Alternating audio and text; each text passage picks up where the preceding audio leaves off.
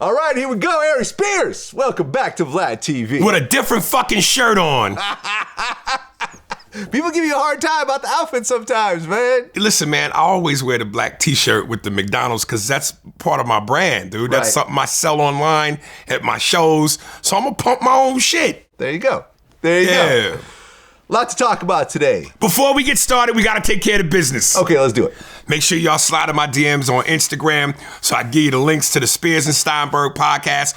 Also, check out my YouTube channel, Spearsburg Pod. Hit like and subscribe. I'll chop it up with you. Available on all streaming platforms. And most of all, start from the beginning. It's like masturbation and potato chips. Once you start, you won't be able to stop. Start from the beginning. Go in order. I promise you it'll serve you well comedically. What up? Yeah, and me and you are actually talking about doing our podcast where Yes. I'll be on camera as well. Yes. Yes. I'm looking forward to it. In a couple of months. A lot of y'all have been saying and asking, yo, you and Vlad should do a podcast. We about to get it in. In the works. In the works. Yeah. So like I said, a lot to talk about today. Yes. But first, we have to talk about the big boxing announcement. Mike Tyson versus Jake Paul. On Netflix. I believe it's in June or July. Yeah. So we have a few months. You know, they're both in training camp right now. I did a poll on my Twitter. Thousands of people voted. 75% of the people said Mike Tyson. Yeah. Now, Tyson is 57. Jake Paul 27. is 27. 30-year difference. Yes. Who you got? Okay. You know, I know later on we're gonna talk about the other Mike because I love my two Mikes, Tyson and Jordan. Yes. And I'm gonna say a little bit now what I'm gonna say about Tyson when I talk about Jordan, which is this. Listen, Tyson's my era. I'm an 80s baby. Yeah. All throughout the 80s, bleed into the 90s. Tyson is my guy. When I say I love me some Mike Tyson, goddammit, I love me some Mike Tyson. What makes me nervous, and you know, when you look at the footage of him on social media hitting the bag in the mitts, obviously he's 57. So he don't have the 27-year-old speed he used to have, but for a 57-year-old, he's very fucking fast. Yeah. And George Foreman, I saw him on a clip where he was hitting the bag and he said the last thing that ever age is the power. So Mike still got the power and he still has the speed. My question is, does he have the endurance? Because I'm a quote from one of my favorite movies, Bloodsport, Bolo Young, when Van Damme hit the brick and did the trick, he goes, very good, but brick not hit back. So hitting the bag in the mitts and looking impressive is one thing. And listen, everybody's going, Jake Paul is a YouTuber, Mike gonna whip his ass, blah, blah, blah. I want to see Jake Paul get his ass whooped too. But here's the thing. When Jake Paul first started, he was a little sloppy and he wasn't as well put together as he is now with his body, his posture, his technique.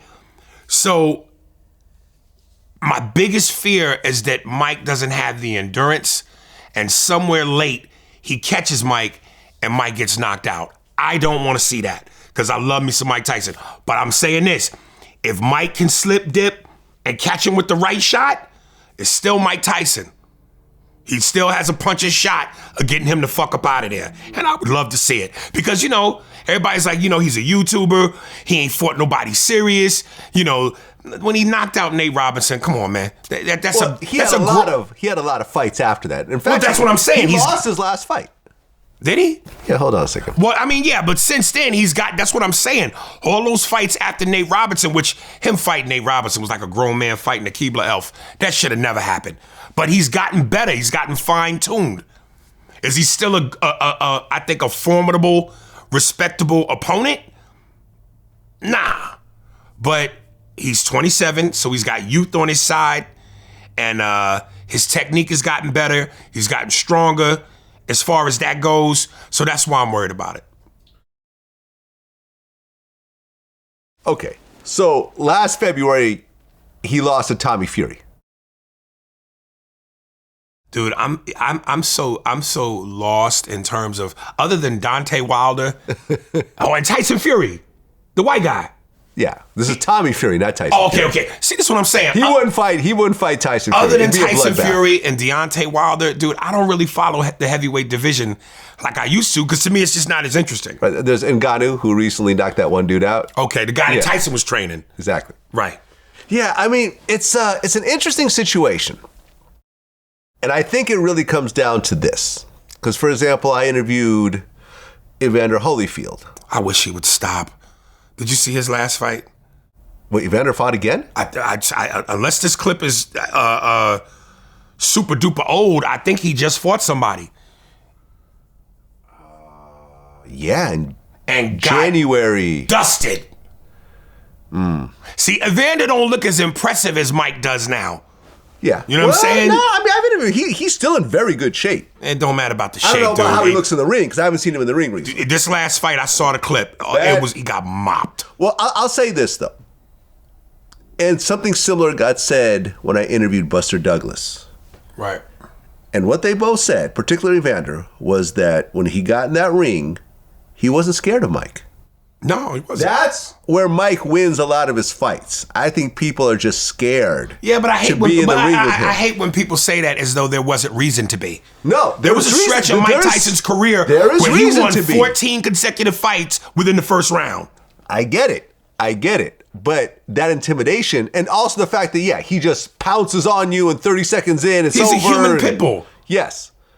But if you go in there not scared, and that's what Evander said, because they had actually sparred when they were like much younger. Right. And even then he wasn't scared of him. He said he was good, but he wasn't scared of him.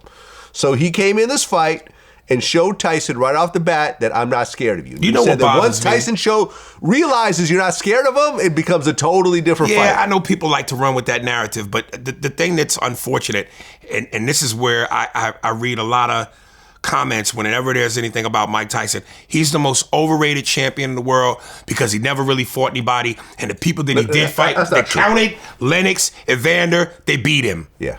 First of all, and I say this, come on, man, we all know there's pre-prison Tyson and post-prison Tyson. Pre-prison Tyson. Pre-prison Tyson trained under Kevin Rooney, under the tutelage of Jimmy Jacobs, Teddy Atlas, Cus D'Amato, knocks out Jesus.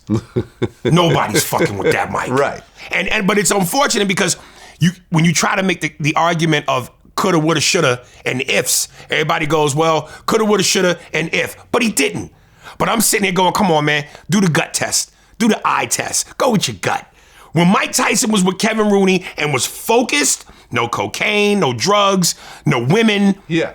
He was an animal. I wish he would have fought Holyfield before prison, Lennox before prison, Riddick Bowe, Foreman, because I believe he would have beat all those guys. But the Mike Tyson after prison, even when I read his book, which was an amazing read, he was like, dude, 90% of the time I was coked up.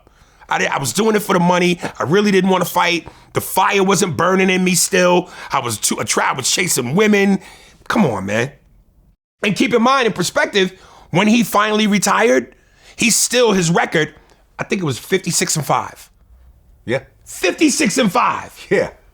And this is him, unfocused, cocaine, not really interested. So come on, man. Head tiger. Come on, man. Mike was a beast. Right. Okay, so who you got your money on? Tyson or Jake Paul? I'm gonna go with Tyson. You can go with Tyson? But I'm gonna be nervous. I'm gonna be nervous. Because look, when he fought Roy Jones, I don't know if you remember. Of course I remember. But these are two old dudes. He went easy on Roy Jones. I felt you think he did? I felt he could have knocked out Roy Jones. I felt he was almost holding him up by the end. He just didn't want to do. But Mike did look winded though. Yeah, by the end. Right. He looked like an older man. Right. By the end. Yeah. But he did all 12 rounds. Against another older we Yes. Now we talking about 12 rounds against a 27-year-old. Yep. Jake is not going to take this as a joke. Oh, no. He's going to train his ass off. Absolutely. But, you know, it's like when he fought Mayweather, I forget I want to say Giante Davis. But at one point, when Jake Paul thought he had Mayweather hurt. No. It wasn't Jake Paul. It was Logan Paul. Well, I'm sorry, Logan Paul. Yes. When he thought he had Mayweather. Totally different person we're talking about. These are two different people They're brothers. Yeah. There's Logan Paul and Jake Paul. Yes. Logan Paul's the one that's doing more WWE stuff now. Okay, so the guy fighting Tyson is Jake. Logan Paul fought Mayweather and lost. Okay. Jake Paul. Who has the better record? Jake Paul. Okay. Yeah. I thought this whole time it was Logan Paul. No. Damn. All white people look the same to you, I guess. Some of y'all do. Either way, I'm saying they're both still young. Yes. Still put in some time. Right. And, you know, like I said, my only factor is Tyson's 57. So endurance. Yeah. If he can get him early, I give it to Tyson all day. But if he gets tired, that's what scares me. That'd be wild. Mike's better than that, man. Mike's found his feng shui, man. He ain't wanting to rape kids no more. He good. Step on testicles. He's good, man. Yeah. Well, speaking of sports, there's been a lot of talk about Michael Jordan recently. He has no left. You know, in today's arena, he won't be able to perform. Woosah. And you took this personally. Vlad, now I know that when you and I talk, oftentimes it gets, I don't want to use the word combative, but it gets very fierce in a good way. We got passion. Mm-hmm. I'm gonna need you to let me rant a little bit. Don't cut me off. Let me talk. First off, to this young generation, you Pedialyte drinking, Similac breath having, wet behind the ears, young cocksucker motherfuckers make me sick. Knock it the fuck off. Is this what we're doing now? We're shitting on our legends. It's actually become trendy and popular to devalue Michael Jordan now, to shit on Michael Jordan. And now it's gone beyond that because the trend from TikTok is, I'm done with 80s basketball. I'm done with the 90s. Y'all niggas is trash. And so what's happening is they're showing clips as far back as Bird, Magic, all the legends, Isaiah, and they're showing these guys basically having sports bloopers. They fumble the ball, they turn it over, and they saying that based on that, these dudes is trash. How incredibly stupid. This is sports. That happens with every era. 70s, 80s, 90s. You mean to tell me in today's era, there's no footage of young players fucking up? There's a whole segment dedicated to it from Shaq. It's called Shaq and a Fool on Inside the NBA on TNT. So knock that bullshit off. Now, secondly, let me say this. I understand that the young generation wants to feel relevant. They want to feel like their time matters. I get that. And everybody thinks that because I say what I say about LeBron James, I don't like LeBron James. Let me say for the record, I have the ultimate respect for LeBron James. To me, he's in my top 5. Do I think he's better than Michael? No. I don't give a fuck if he scores 80,000 points. He's been in the league since preschool. The longer you stick around, if you're skillful as he is, you're going to surpass everybody. But let's state the facts. And I've seen polls on this. People go, who's the GOAT? Both NBA players and casual fans have all said in all the polls I've seen that Michael Jordan is the GOAT. Now, we could debate this all day, but here's the facts. There's only 2 athletes that people have said have been the most popular, impactful athletes of all time. Muhammad Ali and Michael Jordan. As popular as LeBron is he globally famous, like on the level of Jordan? No. Has he impacted the game at the level of Jordan? No. Players today, the young generation, athletes bigger, stronger, faster. Are they wearing LeBron sneakers? Nope. They're wearing Jordans. Jordan ain't played professional basketball in just over 20 years. And he's still the favorite in terms of the standard.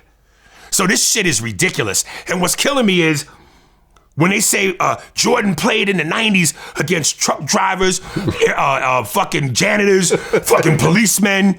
Really, yo? Really? Jordan's competition was Hakeem Olajuwon, the David Robinson, Patrick Ewing, Reggie Miller, a young Penny Hardaway, Shaquille O'Neal, before he got hurt, Grant Hill, Alonzo Mourning, Tim Hardaway. I could go on and on and on. Malone, Barkley, Magic. Those guys are plumbers.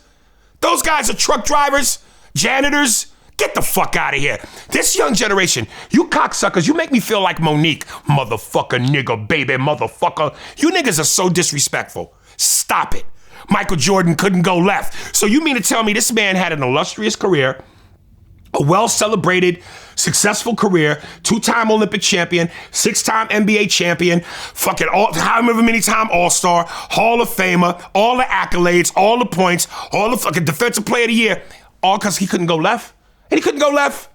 Make that make fucking sense. Knock it off, man. This shit is so disrespectful. You young people make me fucking sick. I'm sorry. Shout out to my man John Sally, who still says that, Scottie Pippen was more skilled than Jordan overall. I don't trust anything a Piston said. And he still says that he's kind of lightweight hating when he says that. Come on, because he still considers. Listen, I love John. John is my man. Yeah. Got his number in the cell. Every time I see John, nothing but love, jokes. Yeah. He makes me laugh. John Sally is one of the coolest motherfuckers on the planet. Facts. But John, come on, B, you a Piston. You a Piston, man. You an ex-Piston. You like an ex-girlfriend, nigga. What you gonna say?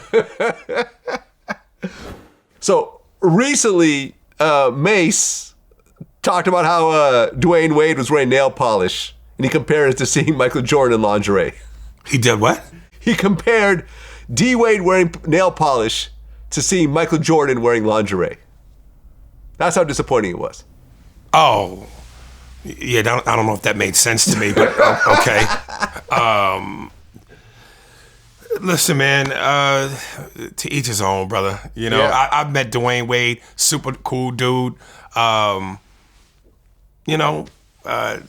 Whatever him and Gabrielle Union got going on, however they support their child, if that's a means to show support. I think that's what it's about. Okay. I think it's like, hey, my son is trans or my daughter's trans. Right. I don't know. People get on me like, you're misgendering him. And I'm like, I don't mean to. I don't know what the correct way to say it sometimes. And I don't even play that game. I don't walk in them landmines. Yeah. Listen, whatever gender his child wants to be, I'm sure he's saying, hey, look, daughter, I'm going to, do something that makes you feel comfortable by me wearing nail polish and everything. I don't know, maybe I'm old school. I don't think a man should wear nail polish or dresses or lipstick or whatever. I think the general rule is all bets are off when it comes to your kids. Whatever you got to do to support your kids and make them feel loved and appreciate it, that's the route you go. I recently saw a clip where Shaq had alluded to one day he had painted his fingernail or something like that, or he went out and scored like almost 50 points. So as a thing, that became a thing for him now to paint this one particular nail a color. So whatever, man. Whatever. Well, Draymond Green, he got back from what was an indefinite suspension. And did you see that whole stabbing thing that he did? Draymond, Draymond needs to be in a time machine and go back to playing some of these motherfuckers in the 80s. Because I think Draymond knows who he can fuck with and who he can't. Yeah, he needs to be a bad boy. He needs to join the Pistons from because I guarantee you, if he was in the 90s. If he was in the 80s and the 90s, he ain't doing that shit to Rick Mahorn. He ain't doing that shit to Charles Oakley. No. You know what I mean? He knows who he can fuck with. Oh, yeah. I got into what Charles Oakley was. We actually talked about it in our interview. Right. Did I ever tell you about this story? No. Oh, yeah. I was, this was NBA All-Star Weekend, and it was in New York. Mm-hmm. And I was on the list, right? I have a friend who's a high executive at Jordan. He puts me on the list whenever I want to go. So we're walking in, and I'm walking behind Charles Oakley. And I guess he thought that I was trying to sneak in with him. And he turns around, and he puts his giant hand on my chest. He said, hey, man, don't pull that shit with me. And I'm like, I don't even know what's happening right now. Right. But I just know that I have this giant Frisbee on my chest. Right. You got to understand how big this guy is. This guy's he's a 7-footer, right? I don't know if he's not 7 foot. What is he, like 6'10" then? He's 6 something, but he ain't 7 foot. But he's big. Right. He's bulky. Right. So I was just like, I don't know what you're talking about. And he's just like, don't pull that shit with me. And when I brought it up, he was like, yeah, I was just trying to, keep things in line there. Because that's kind of what he was doing on the court also. Yeah. He was like the enforcer pretty much, trying to make sure things don't get out of hand. So I guess he was trying to do it with me at a party. Yeah. But, we kind of laughed about it and it was no big deal. But yeah. So ultimately, he's a cool dude. Yeah. I mean, ultimately, he ended up being a cool dude. At that very moment, I didn't think he was a very cool dude. It's not like I was going to fight him. Man, some of them dudes, man, based on where they come from, man, they just got that dog in them. Got that dog in them. Yeah. But yeah, man, that stabbing motion that Draymond did, you know what I'm talking about? He's like, I didn't see that part.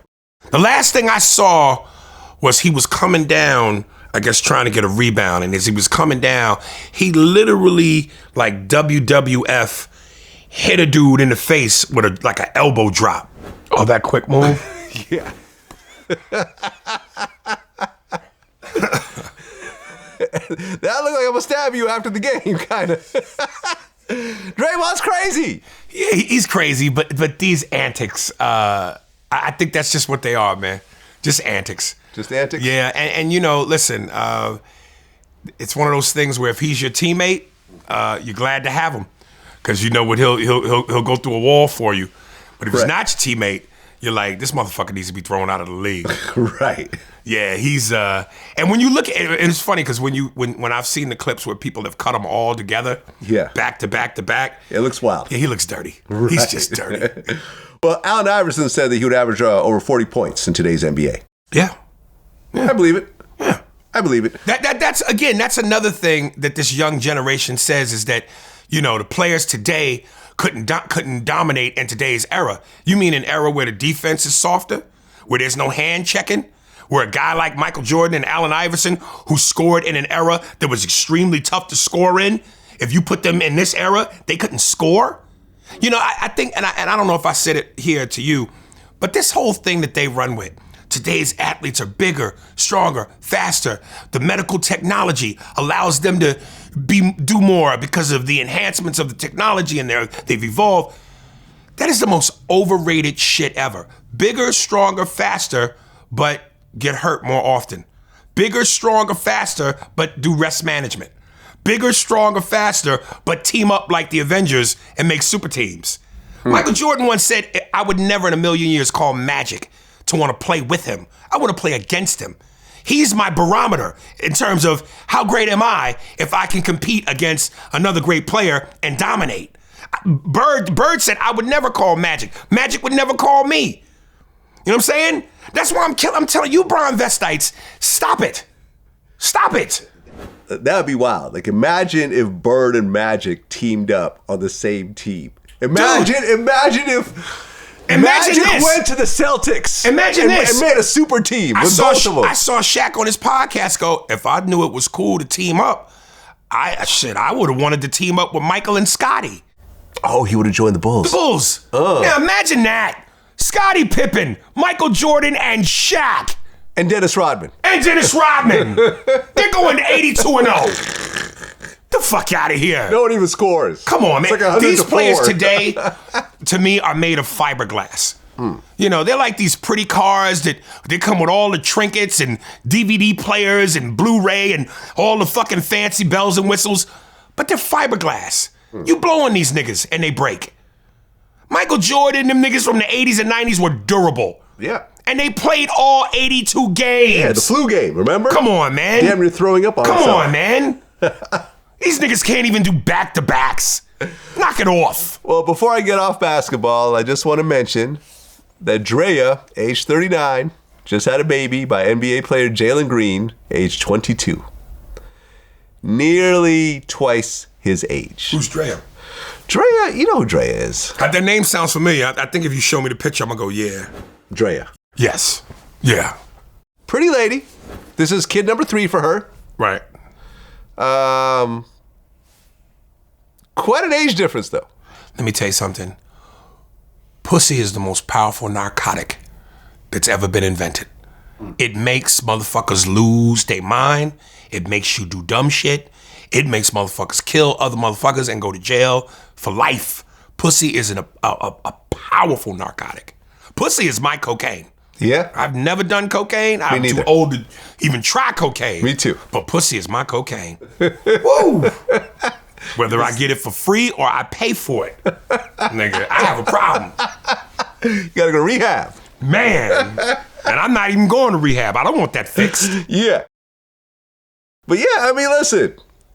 A lot of these guys are fans of these Instagram girls, which is basically what she is. Listen, a bad bitch is a bad bitch.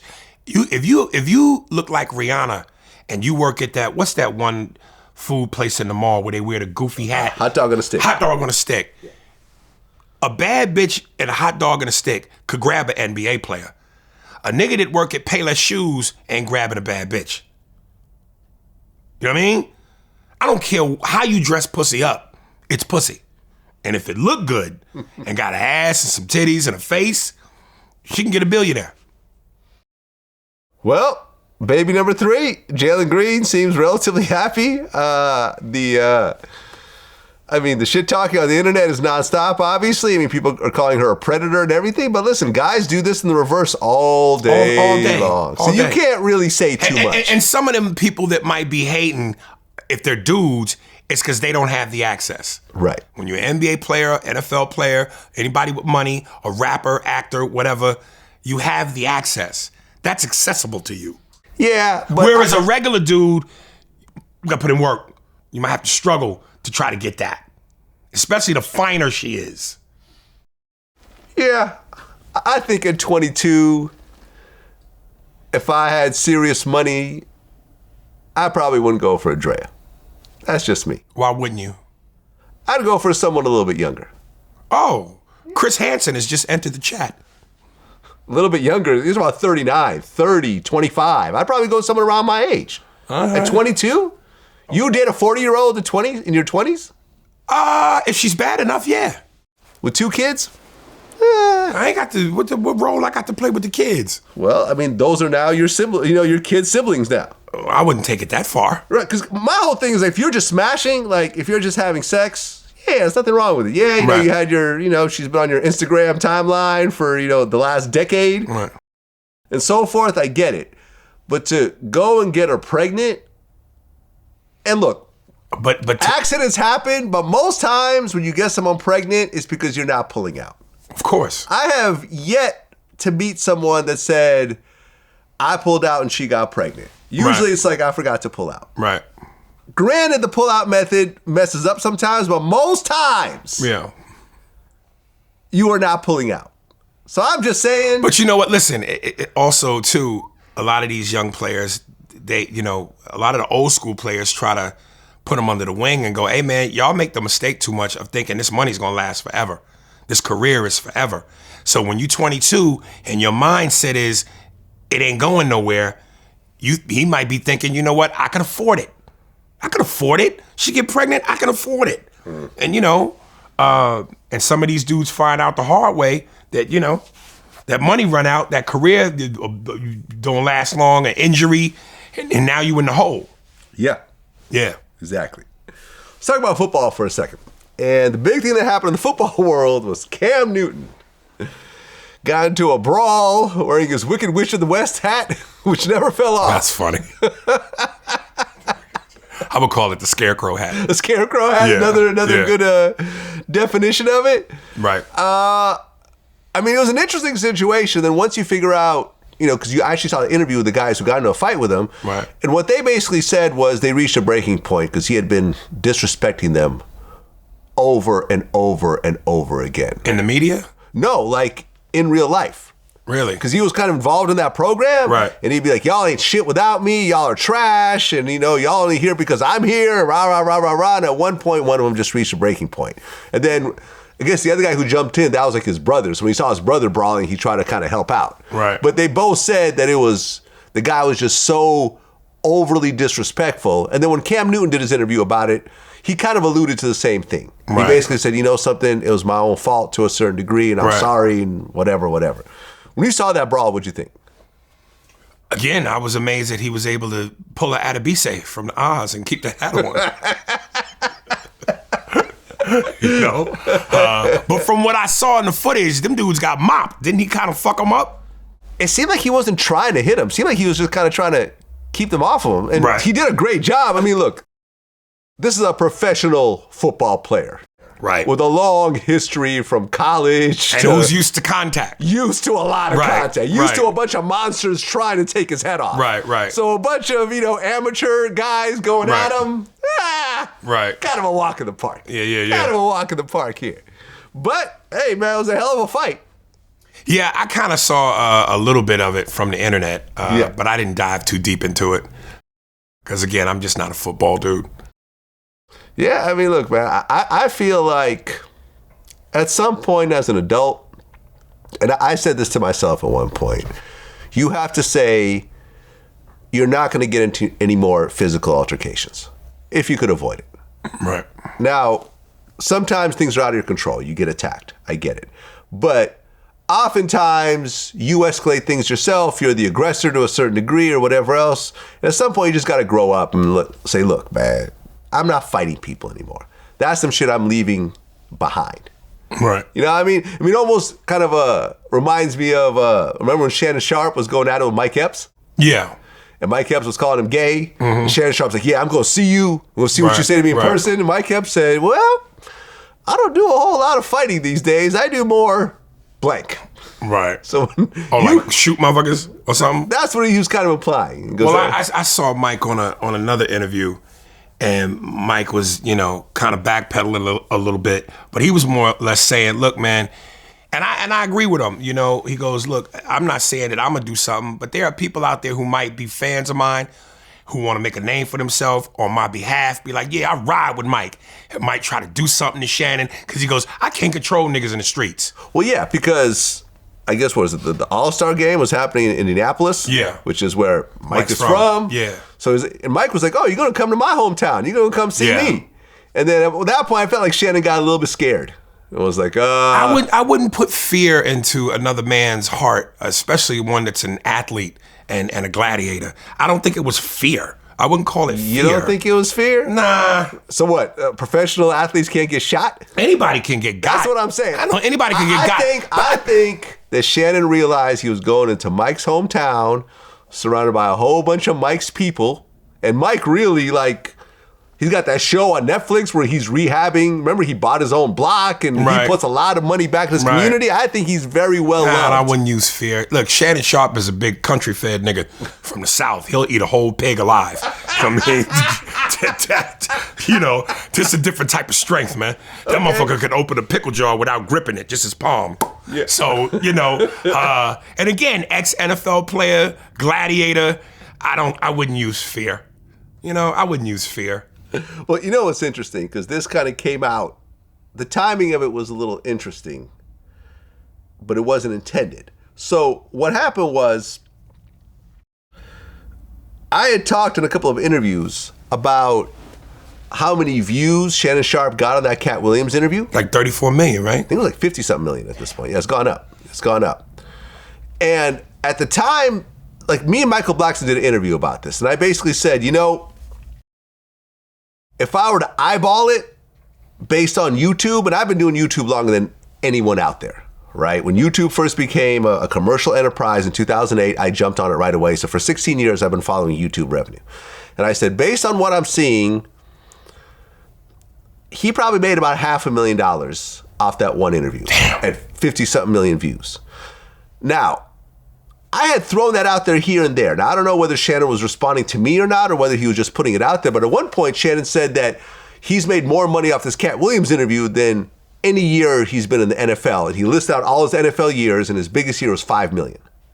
Right? And people are like, oh, Vlad's hating. Vlad's hating on Shannon. He's pocket watching. At the time that Shannon made that announcement, my interview hadn't even been recorded yet. It was recorded before then. You know what I'm saying? Right. My whole thing was, but since it's out there, I'll go ahead and actually, deal with it.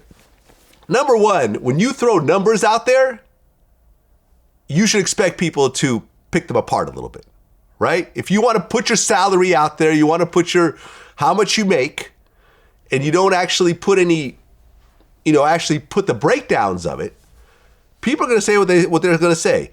50 million views on YouTube does not equate anywhere near $5 million. I'm not hating. This is just the reality. Now, wait, I want to make sure I understand you. So I thought you said that based on the 50-something million views, he got 500,000. Yeah, but he claimed he made more than 5 million. Oh, he claims more than 5 million. Yes, he put that out there himself. Right. And you're saying that's bullshit. The numbers aren't really numbering. Now, he put all this, he made a big graphic on it, and it said how many new followers he got on Instagram, and how many Facebook followers he got, and how many YouTube subscribers, and everything else like that. All the, some of it went on Spotify and everything else like that. Now, if you're counting intangibles, okay, 1 million followers is worth $1 million, or, so forth. Now, if you start bringing in soft numbers like that, maybe you can kind of mush it all together and justify that number. But if you look at actual money in your bank account based on views, based on advertising, there's no possible way that Cat Williams interview made over $5 million in cash in your bank account. It's just not possible. It's just not possible. Maybe a tenth of that. And maybe I'm wrong. Shannon, you have my number. We used to talk. Hit me up and break it down to me. And if you prove me wrong, I'll publicly say I'm wrong.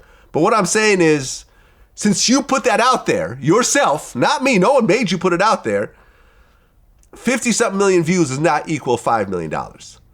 So everyone who's rushing to YouTube to suddenly do an interview that makes them $5 million, yeah, no.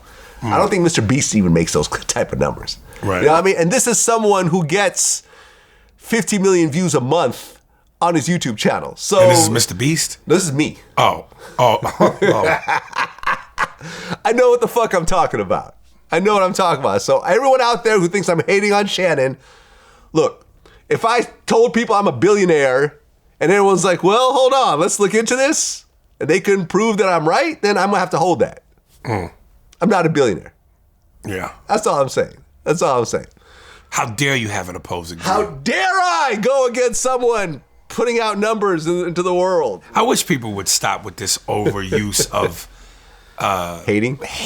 You're hating. It's you're like you're not allowed to have an opinion.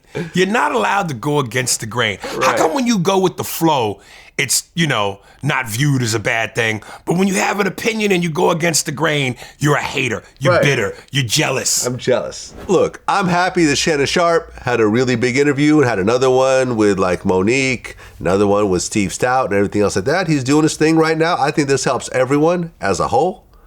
I've been doing it longer than he has, and he's on his run right now. Everyone has their run. Everyone stays hot.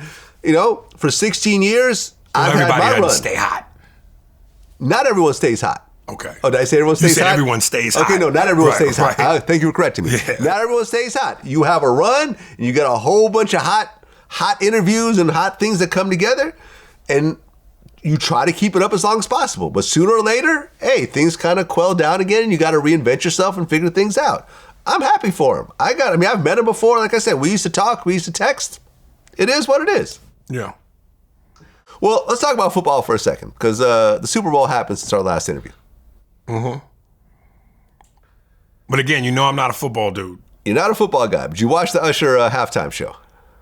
I saw the controversial piece everybody's talking about. Yes. Yeah. Number one, I watched from your the whole boy thing. Boozy. Did you see his response? What did he say? You didn't see his response? Uzi? Boozy. Oh, Boosie. Oh, yeah. Okay. Yeah. I saw his response. Do I say his name wrong? Boosie. Boosie. I say Boozy. Boozy, like booze. Oh, okay. Boosie. Boosie. Boosie. With an S, not a Z. All right. Right. Well, Usher definitely got a little handsy with a married... That's that man wife, dog. You don't put your nutsack on another man wife. Shout out to Michael Blackson. He pointed out that that Usher only pulls this with women who have light-skinned boyfriends or husbands. That's funny. You've never seen him pull up on a guy with a dark-skinned boyfriend. That's funny. He's too scared for that. Yeah. Yeah, I mean, look, was she ready for it? Was that in rehearsals? I don't know. Yeah, but I don't think. Listen, I do think that people are making more of it than what it needs to be, because if Swiss don't have a problem with it, and she don't have a problem with it, and they seem to be two people who are genuinely 100% authentically in love. Yeah, I hit Swizz the next day because the memes were going crazy. And me and Swizz, we go back. So I texted him the next day. I said, listen, ignore all the bullshit. Your family was just on a historic event. Moment. You know It's a huge moment. That's a huge, timeless moment. To have your Right. wife do the Super Bowl, Right. the memes will go away. That will stick around. Right. And he was like, yeah, man, I ain't tripping. I ain't Right. tripping. But Yeah.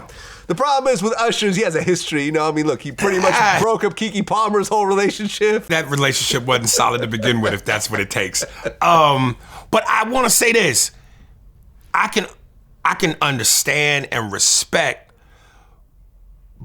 Boosie's train of thought. Yeah. I I don't think that necessarily applies to Swiss and Alicia, but I can't say a man is wrong for wanting to feel like there should be boundaries. Even though it's entertainment, like it's no different if your wife is an actress and she's got a movie star and whoever the male co-star is, and they have a love scene. It's a job. So, and it's entertainment. But listen, some dudes, and I'm gonna be honest with you, I'm a little bit of the jealous type. So, you know, would that have bothered me? I'd have been in my seat like, Yeah. But if I'm at that level of success, if we're at that level of success as a power couple, and we are truly, genuinely 100% into each other, you know, you kind of have to have some tough skin, man. Right. You couldn't be Adam 22 is what you're saying. Now, see, that's bullshit. That's a whole level of the fuck is wrong with you. Fuck out of here. Right, because I don't know if we talked about this. We did. We touched it. Well, because at one point his wife did a scene with a male porn star, but then after that they had this reality show thing where the winner got to have a threesome with his wife, and that actually got filmed. Yeah, Adam, he's just into that, man. He liked that type of shit. That turns him on to see his wife get banged. Fuck out of here. Somebody gotta die.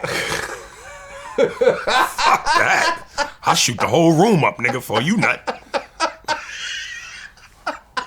Yeah, wait right for the nut to happen, then pow! Man, right when you get ready to ejaculate, niggas, you bust, I'm busting. Fuck out of here. She got to die too. Bitch. Fuck out of here, man. I don't understand how as a man, your manhood allows you to be okay with that. Well, listen, I'm not into that either. Shout out to my man Adam. Nothing makes you feel more like a fucking a gorilla, nigga, where you beat your chest and when your woman moan for you. That's a surrender. Like, I got this bitch. I own this bitch. That feeds into your King Kong, nigga. And see another motherfucker make her do that? Mm-mm. Well, knowing him, I think it kind of comes down to he has the right, the permission to have sex with so many women. Adam does. Yes. Right. Because not only do they do a whole bunch of threesomes on camera, but also sometimes he'll just have sex with them by himself, with her not being there. Right. That I think it's just a bit of a balancing act that they have to maintain. Fuck that. Fuck that. There's no fuck that. You know, it doesn't mean as much to a man as that does to a woman. Yeah. And I don't care how many women on social media go, oh, women cheat more than men, and women can be just as sexually vicarious as men and adventurous and blah, blah. You're a woman. There should be certain standards and rules that apply to you. As unfair as it may be, yeah, those are the fucking rules. Yeah. You abide by the rules. Yeah, the problem with society, and I remember I got into a situation with this girl who used to do work for me named Shirley Jew, right? And I just did an interview on her podcast where we talked about this. And at one point, I kind of lost it because there was this, the head of publicity at Warner Brothers was blocking all of the artists from actually interviewing with me, and I just basically let her have it. I was just like, yo, like, fuck her. She's, going out of her way to block interviews and whatever else. And I remember during our interview, Shirley was like, yo, but she's a woman, Vlad. She's a woman. And I'm like, I'm not viewing her as a woman. I'm viewing her as a coworker, right? This is a professional environment. I'm viewing this as business. It's hard because women want to be treated like women, but they also want equality. And you can't do both. No. You either are an equal or you get special treatment. It's one or the other. Right. You can't get special treatment when it helps you, but then have equality when it hurts you. Right. You can have one or the other. You can have one or the other. Me personally, I'm more towards the equality train. Right. But also, I'm also in the special treatment train when it comes to certain types of things. But That's the problem. That women will want the equality, but when the equality doesn't benefit them, they pull out the special treatment card. And I would like you to be who you are naturally. Don't put on a front for me because you think that I'm going to prejudge you and not treat you as equally as you want to be treated. Like one of the things that used to piss me off is when I would go do press for my comedy shows in whatever city I was in early in the morning. And I would go in and I would have to go meet whoever the female exec or producer was. And this bitch would shake my hand with such force and damn near try to break every bone in my goddamn hand just to firmly prove to me that just because I'm a woman and I'm wearing heels and a suit or a skirt, I'm to be respected. I'm like, listen, bitch, you know goddamn well if you was to jerk me off, you would not grab my dick with that same force. Grab my hand like you would grab my dick. Nah, be gentle, bitch.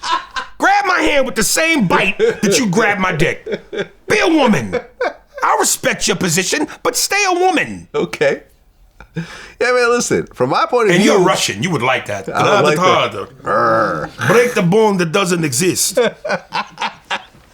Man, listen, if I'm going at someone in the music industry, it doesn't matter if they're male, female, trans, gay, straight, or whatever. Like, we got a business problem here. We got a business problem. You know, and it kind of... The whole thing started to escalate, and at one point... It was like we had an interview blocked by Sweetie, you know, like Sweetie, you know, we were trying to get a Sweetie interview and then it didn't happen. And when I brought it, you know, on social media, Sweetie actually responded and said, I don't know what you're talking about. I'm a fan. I watch your stuff. We were never told about this interview. And she literally posted up like she was watching one of my Snoop videos. And I'm like, yo, she wasn't even told about this shit. And this is happening. I don't give a fuck if the person who blocked it was an alien. I'm pissed off. Right. But it's like, oh, look, he's attacking women. No, I'm attacking a fucking business person. Right. So, yeah, this is the shit that you got to deal with. It is what it is. Well, Terrence Howard apparently owes over $1 million in back taxes. That's bullshit, man. I don't owe that much money, man. That nigga always sounds like he's cold. Somebody turned on the heat, man. It's cold in here, man. I don't do the greatest Terrence Howard. Well, did you see his response to this? Vaguely. Hold on. Let me see if I can get the actual quote.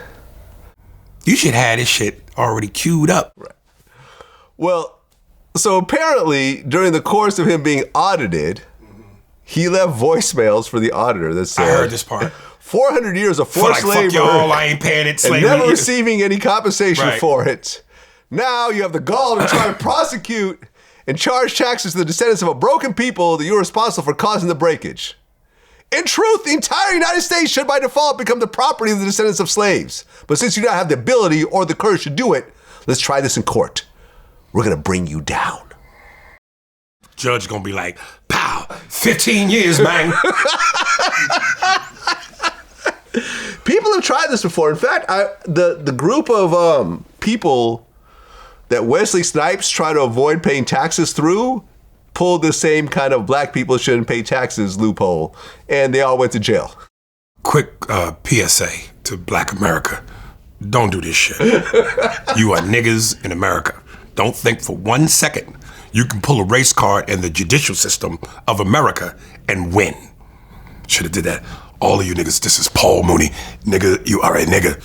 Talk loud to that white judge and they will convict your black ass. Don't do it.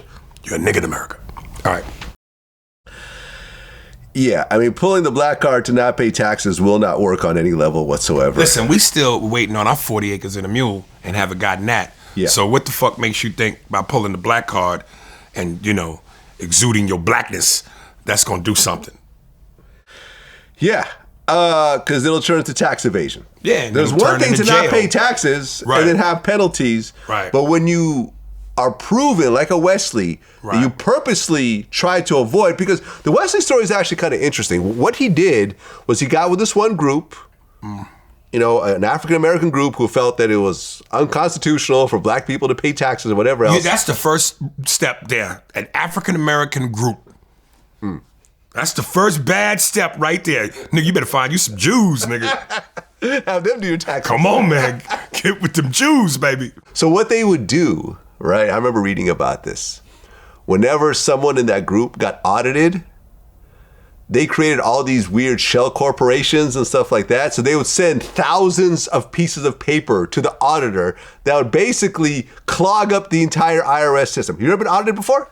No. I've been audited before. Right. I've been audited.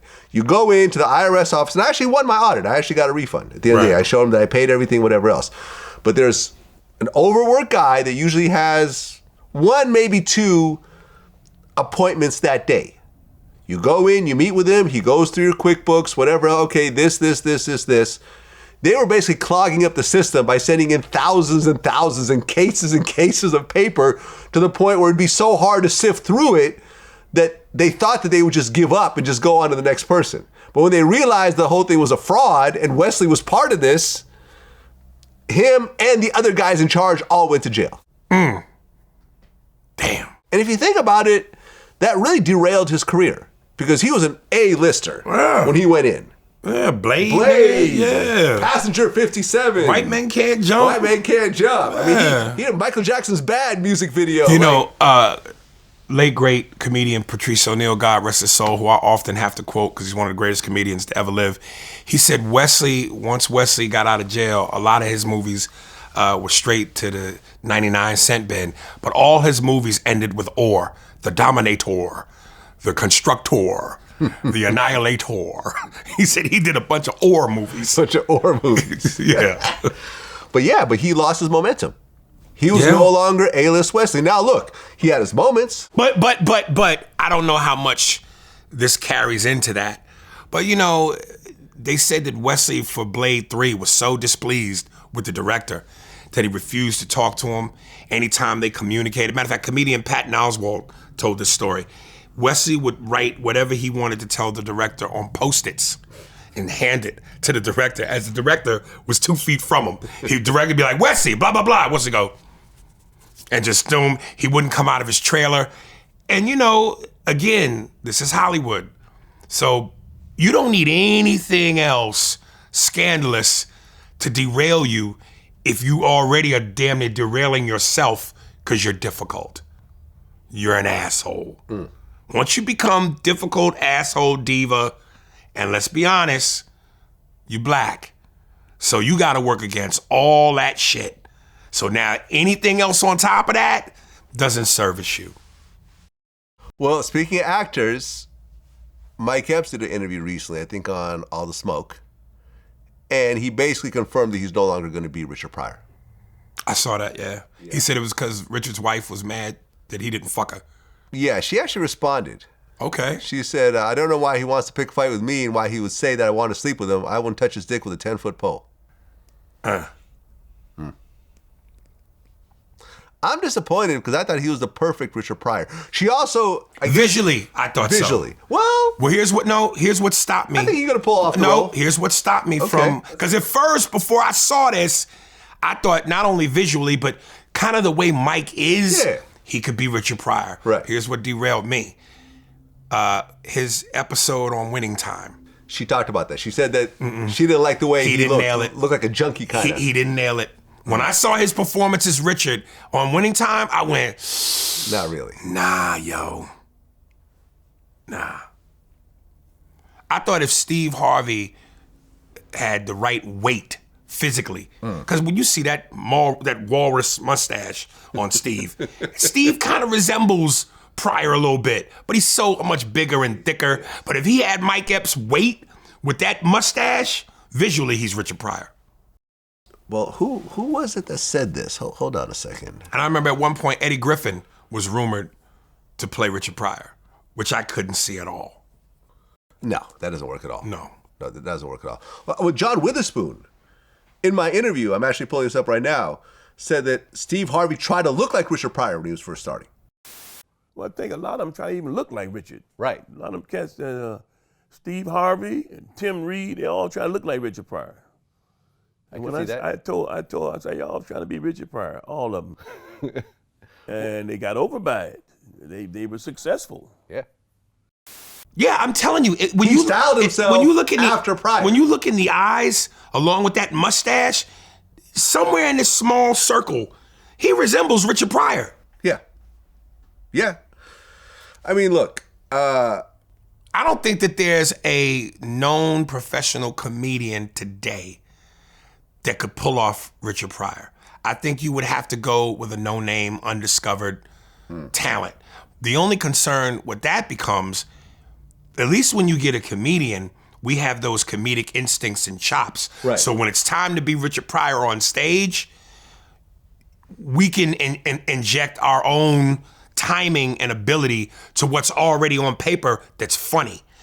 Now you're talking about getting somebody who kind of looks the part, and if he's a regular actor, can he pull it off comedically the way a comedian could? No. Yeah. So how do you marry those two necessary components? Yeah. Yeah. That'd be like somebody doing the Michael Jordan biopic. You gotta pick somebody who physically can do that spectacular, graceful, beautiful shit, but you also gotta find somebody, and let's be honest, and let me say it now, pause for all you insecure niggas. You gotta find a dude who's 6'6" and is good looking. Michael Jordan was a handsome motherfucker when he was in his prime. Women loved him, the bald head, the dark complexion. He was a smooth looking motherfucker and was smooth in terms of swagger. So how do you find a guy at 6'6" who could athletically do all of that, but also looks good? That's not an easy find. I mean, yeah, when you saw, for example, was it He Got Game? The Spike Lee movie? Yeah. Who's the basketball player? Ray Allen. Ray Allen. Yeah. I mean, he looked the part, he played the part, he didn't act the part. He wasn't an actor. He wasn't an actor. That's what I'm saying. Yeah. Yeah. So to marry the skill of an athlete and be believable, but also you gotta act. Right. That's tough, man. I'm gonna tell you, and here's what's funny going back to John Sally. Most athletes don't make great actors. Right. John John's Sally a pretty good actor. and Rick Fox. Right. Two of the greatest athletes I've ever seen that can act. When I think the movie was with John Sally, not Jumpin' Jack Flash, the one with Whoopi Goldberg, where she was like a coach of the Knicks or something. John was in that movie. Comedically, John is a natural. He has a natural flow to him, man. Yeah. And he's a funny dude in terms of personality. Eddie. Yeah. John was good in that. And again, Rick Fox. Yeah. Yo, Rick's pretty solid, dude. Yeah. Yeah. Yeah. I feel you. Well, Mike Epps said that he was on cocaine doing most of his movies, including Next Friday, All About the Benjamins. Right. Now that I look at it, I'm not too surprised. I'm like, okay. That looks like a cool Maybe that's my cocaine mistake. run. It seemed like niggas that do coke get blessed. Yeah. I've been drug free my whole life, and I'm struggling, nigga. So time to dance with the devil. Hey, man, there's always time. Yeah. I'm sure right around here you can probably find some cocaine. Yeah, man. Time to sniff up. It's time to sniff up.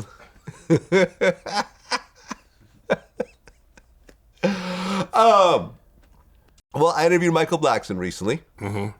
And I showed him your response. Loved it. To him, and he laughed it off as well. Yeah. I we love both, it, man. Yeah, man. I don't try to create beef between my guests, man. People accuse me of this, but no, I try to make sure everyone gets along and everything else like that. But I did mention the whole kissing skit that you did. To him? Yes. Mm-hmm. And he called it disgusting and nasty. Aries Spears kissed another man in that music video. Yeah, man, that's you know It what? was a skit. It's a disgusting skit. I wouldn't do that skit. Aries, you my man. I fuck with That you. was nasty. I would not have done that. I would not have done that. What the fuck was that for, Aries? What the hell was you doing? He said, when I say my man, I really mean my man. That was disgusting. That was Yeah. nasty. I'm not kissing nobody. I hope love I you, never have Aries. to wear a dress. I love you, man, but I would not have done that myself. Yeah. Sorry. I'm sorry. Okay. He's allowed to that opinion. Yeah. He's allowed to that opinion. Yeah. It is what it is. Mm-hmm. It is what it is. But he's also African, and they kill niggas over shit like that. What you mean you are gay? You got to die. I'm not going to disown you. I'm going to dismember you. I can't believe my son is a homosexual. Come on, you got to kill him. Feed him to the lions. Yeah, and like the Middle East and Africa, they kill you over shit like that. Which is too bad. Which is ridiculous. Yeah, which is too bad. Yeah. I mean, at the end of the day, if you want to be gay, be gay. Yeah, well. that someone's trying to kill you or put you in prison Yeah. over just being gay. There's a lot more serious things that people could kill you over. Come on, I'm just saying. Well, we talked about the whole Cat Williams thing. Cat Williams accused him of a whole bunch of stuff. Cat accused Mike? Yeah.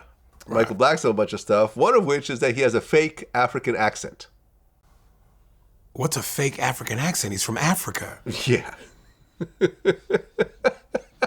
He was born in Africa, came over because what's fake about it? I've had lots of conversations with him off camera, and the accent is exactly the same. I think you and I maybe touched upon it, and I don't really want to get too deep into the Cat Williams thing, because again, I just think it was totally unnecessary, totally ridiculous, and it didn't help us move the needle forward as a culture and a comic community. But whatever. God bless Cat. But people treat shit like a religion. It's like I said, those fans that are fanatics, they get the fucking team logo tattooed on their body, the players' images, they name their kids after their favorite athletes. And it's like, again, if you've been in this game as long as we have, and you know some of the people I'm sure we both know in the sports world, a lot of them don't give a fuck about the fans. They will fuck your girl in front of you while you wear their jersey. There's only a few legitimate athletes who show love, like Shaq, show love to the fans, Magic. But a lot of them dudes, and I'm friends with a lot of these dudes, man, they'll spit in your face if you, I love you, man. Haktui, nigga. They give a fuck about you. And they treat that shit like a gospel. That's what I'm saying. I get it. I think Chris Rock had one of the best quotes ever. He said, every comics audience is like a pastor's congregation. Yeah. They're loyal to you. Yeah. They will die for you. So these people that cat, and are willing to die for this motherfucker, and who love him so much for that Shay interview, it's like, turn the fucking volume down, man. Oh yeah, no, his fans. We talked about this. I mean, I'm about to mention how Donnell Rawlings came to my show recently. And he was basically like,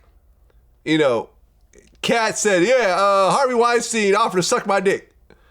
And everyone's like, oh, you're lying. That's because you're sucking dick. You're trying to cover up for him because you're the one sucking a dick. Right. It's like, no, none of us are sucking dicks. Right. I don't think that Harvey wanted you to suck his dick. And again, this just doesn't sound realistic. But I love how far people go with their conspiracy ideas. Oh, yeah. Oh, because Chris Tucker or this celebrity or Oprah or this big time celebrity, Bill Clinton, Obama, was on the manifest list to the island. That means everybody's a pedophile. Right. When it's like rich people hang out with rich people. Right. There's a reason why rich people don't fuck with poor people. You're not ready to be on that level. Yeah. And it's like, okay, is Weinstein or Jeff Epstein monsters? Yeah. Absolutely. But prior to them being discovered monsters, they weren't. So why wouldn't a rich person not want to go to another rich person's island to do rich people shit? Well, here's it's different if you get to the island and you walk in and it's like, oh, cocaine and child blowjobs. And you go, I'm staying. But I'm sure when they went to the island, none of that was popping off. Right. Oh, I can feel it, Vlad. It's in the comments. Oh, speaking of what he just mentioned, Vlad, how come he won't talk about that shit? Yeah. I'm telling you, the moment, Vlad, I get the green light from my lawyer to talk about it, I promise you I'm talking about it. Okay. I ain't hiding from shit.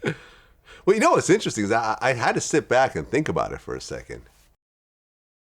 When you look at the Cat Williams, Shannon Sharpe interview, that surpassed the biggest interview at the time, which was the Joe Rogan alien interview.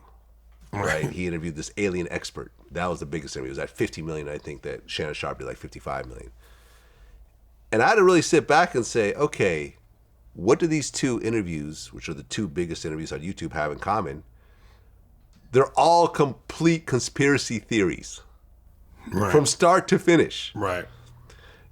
No alien expert actually has seen a real alien or has interacted with an alien or has alien spaceship technology. It's all like conspiracies and the government's hiding this. And I've interviewed these guys, Dr. Stephen Greer. Right. Yes, there's alien technology and some of it's made by man and blah, blah. Here's some pictures. They're all blurry and weird and stuff like that.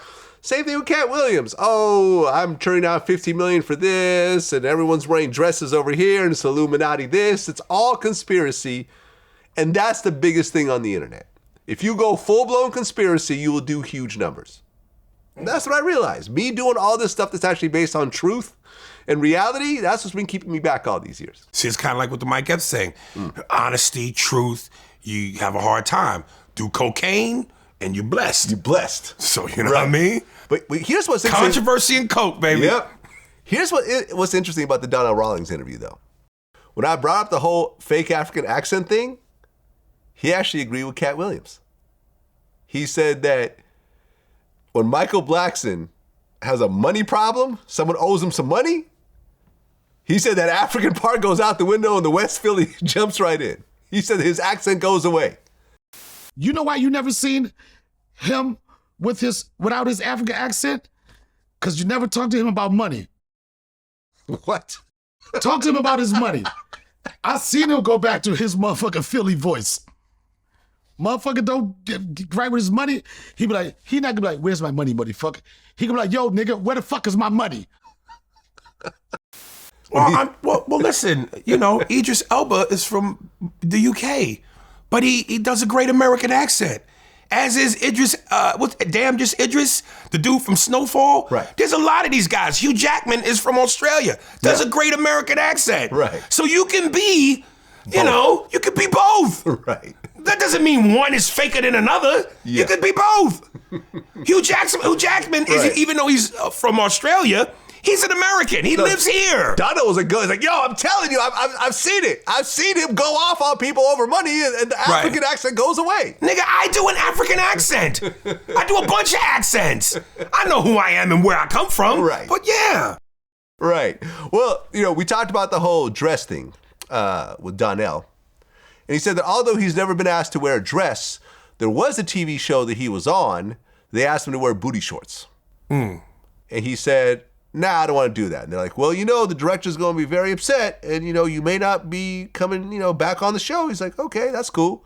And he wasn't asked to come back on the show, but he didn't wear the booty shorts. Real quick, I remember the last time I did this with you, there was a part in here where I specifically said, and I watch all the interviews once they drop, and I think you may have cut it out, but there was a point in here when I was talking about the whole kissing a man thing and the skit, and I told you how people were sending me these videos where they go, look at you, nigga, what's this? Like a smoking gun. Ha ha! The internet has caught you. And I said, yo, that shit don't bother me. Yeah.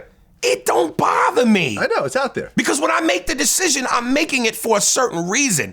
So whatever your opinion is, it doesn't bother me.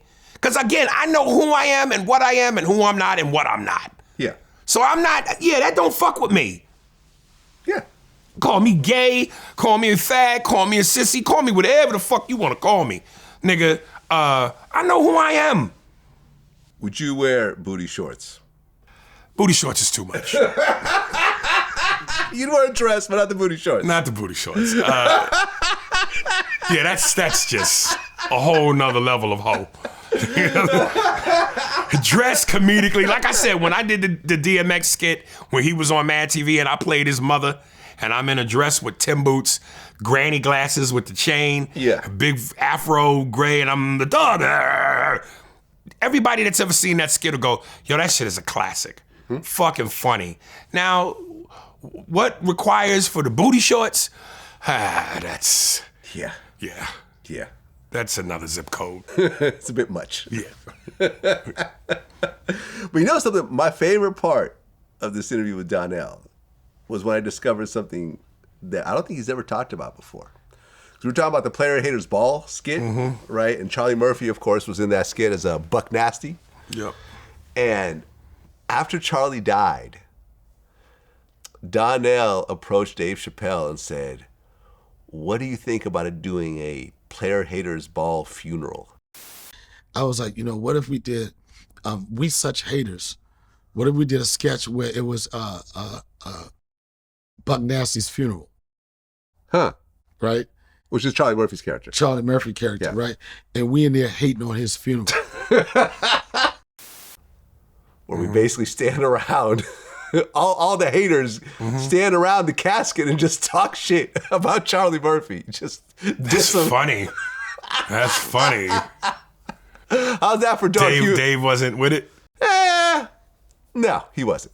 For whatever reason. It may not have been just the right timing. Because think about it, like, who doesn't want to bring the Chappelle Show back? Right. But I think they would have to bring the whole show back in order to do that. Right. And he just wasn't ready to do that. But how funny would that be?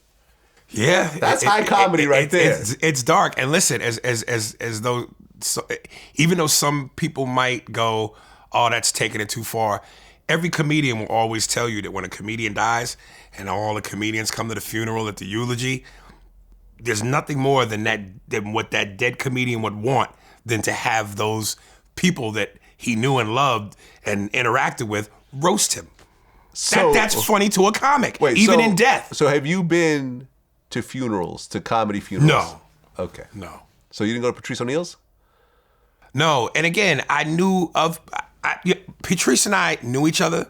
And again, one of my favorite clips, because it was my one time of only really interacting with Patrice, is when I got into that scandal about the DJs in Florida at the radio station.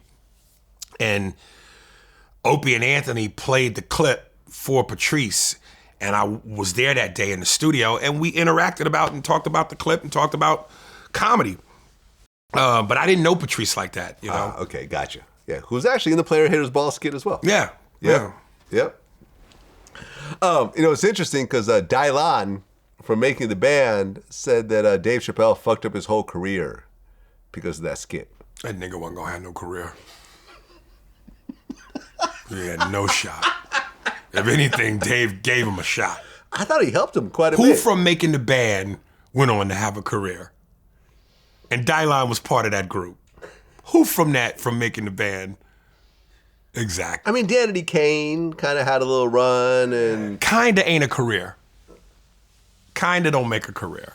Well, you make your own career. That's like a girl going, I kinda gave him a blowjob. Bitch, if you didn't suck my dick to completion, that ain't a blowjob. Yeah, I mean, look, Rick James and Lil Jon didn't complain. Who? Rick James. The real Rick James. The real Rick James. But Rick James was already solidified before Chappelle Show. Yeah, but he was... If anything, he was resurrected. He was resurrected. But Exactly. don't try to somehow suggest by any means that Rick James wasn't a legend and an OG prior to the Chappelle Show. No, absolutely. He was Absolutely. And Lil Jon solidified. had a solid career, but I think that... Look, I think at the end of the day, you could point the finger at whoever you want to point the finger at. But when it comes to the entertainment field... There are lots of examples where someone starts off being ridiculed, let's say, and turned into a full-blown career. Bad Baby, the Cash Me Outside girl? Mm-hmm. She went on to have multiple, big singles and then had a whole OnlyFans career that made her, $50 million. You know what I'm saying? If her musical career was as good as she would have loved it to have been, there's no need for the My OnlyFans. The My OnlyFans is the parachute. Because you about to die. Your career is over. You've been thrown out the plane and you about to hit the asphalt. Or the OnlyFans money eclipses the stuff you're doing with music so intensely Again, that you just don't have the need to do anything else. Pussy is a hell of a narcotic. Yeah, and but everybody loves to buy it. Whatever form it comes in. Did you hear about Drea Mateo? From The Sopranos, Adriana. Oh yeah, she's doing OnlyFans. She had an OnlyFans because basically the money was running out. Right. She's about to lose her house. Oh. Her life was being turned upside down. She said she did a My OnlyFans and within an hour made enough money to save her house. In an hour. Or maybe an hour change, or whatever the time frame was. A day. Yeah. Okay, a day. Yeah. But that, again, the power of pussy. And now you get a chance to see an ex-soprano chick. So it ain't just regular pussy you're looking at. Right, soprano No, pussy. fucking Adriana. Special fucking pussy. She could have worked at the fuck about a bank, but she below the Christopher.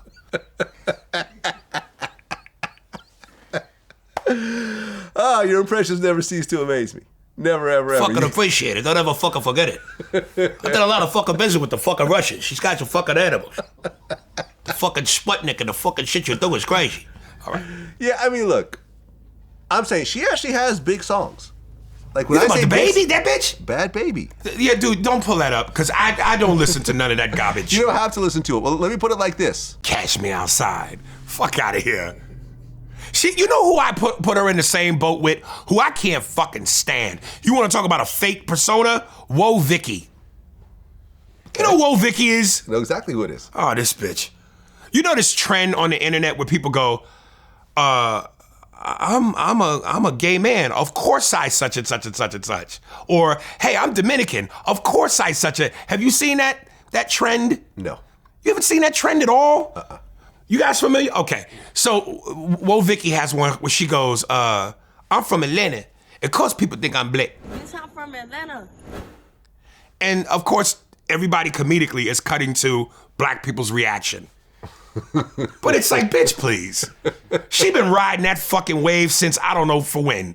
Get the fuck out of here. No, I mean, she's reached out for an interview a couple times. I just didn't see a reason to interview her. There is no reason. That is a 2-minute conversation. Whoa, Vicky, when you see this, it's nothing against you. I have nothing against you. I just didn't see a reason. Well, Vicky, if you see this, it's something against you. I would invite that bitch in to ask one question. Why the fuck do you act like this? It's such an insult. I'm from Atlanta. Cool people think I'm black. The fuck out of here.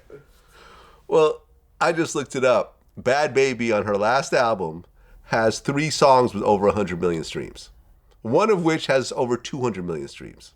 You know, I have to say, and maybe you know more than I do as far as this technology shit, but it seems like because of this technology shit, regular nobodies have more of a chance to become somebody in entertainment and music than they would have back in the day where we didn't have all this and record labels had to sign you based on if they thought you were talented enough. Am I wrong? You're wrong because there's always been one-hit wonders. There's always been people that record labels signed because they just had a look or they had a buzz or it was just the right place at the right time. There's always been this. There's always been this. Okay, so she's Look at the wonder. one-hit wonders throughout history, and they're one-hit wonders for a reason. They're not usually all that talented. They have a little spark and they go away. That's always happened. Not every person is Michael Jackson. Not every person is Elton John. Not every person is Mariah Carey. There's talents that continue to make great music over and over again, and there's people that just luck up on something. You and I could both have a #1 record. Especially now. If the planets align. You put us with the right song. Like, remember that one guy, She Bang, She Bang? Yeah. Like, remember that guy? Yeah, but that was such a joke. But a lot of this shit is a joke. A lot of these, like, songs that come out. But a lot of these artists today who aren't considered jokes are horrible. But that's just my opinion. There's never been horrible artists from the 80s and 90s? Yes, but I'm talking about, listen, a guy like She Bang, that is clearly a joke. Clearly. Yeah. And there's room for one great joke. But I'm just saying, like, come on, man. Today's climate, most of it is trash. Whereas yesteryear, most of it wasn't trash. The scales have shifted tremendously. I would say most of the music in the charts, when you look at the actual charts, not what hits social media, but look at the actual top 50 charts, whether it's Billboard or whether it's Spotify or whatever, damn near all the songs are by talented musicians. Damn near all of them. Now, there's some will always slip through. Sound the same. I disagree. You think that Taylor Swift just sounds like everyone else? I don't think Taylor Swift. You don't think she's talented? Will you let me answer one question before you beat me for the second? I do think she's talented. And I don't think she falls in that category of semis. But there's a lot of semi motherfuckers that's huge. A lot of them on those top lists that sound the fucking same. Here's the top list right now. Kanye has the #1 song. You can't say that he's Kanye is special. And and he's got the album with Ty Dolla $ign, who I think is also talented. Kanye is special both musically and retardedly. He's special. Ariana Grande has the #2 song. She can sing. There you go. Who else? Bryson Tiller's on the top 10. SZA. I don't know who Bryson or SZA is. You don't know who SZA is? No. Oh, she's dope. Yeah, she's dope. Zach Bryan, a big country artist. I don't know who that is. 21 Savage. You don't like 21 Savage, Come huh? on, B. Jack Harlow. I think he's good. Listen to the conviction, how you sold that to me. I think he's good. He's good. I don't think he's phenomenal, but I think he's solid. He's a solid rapper.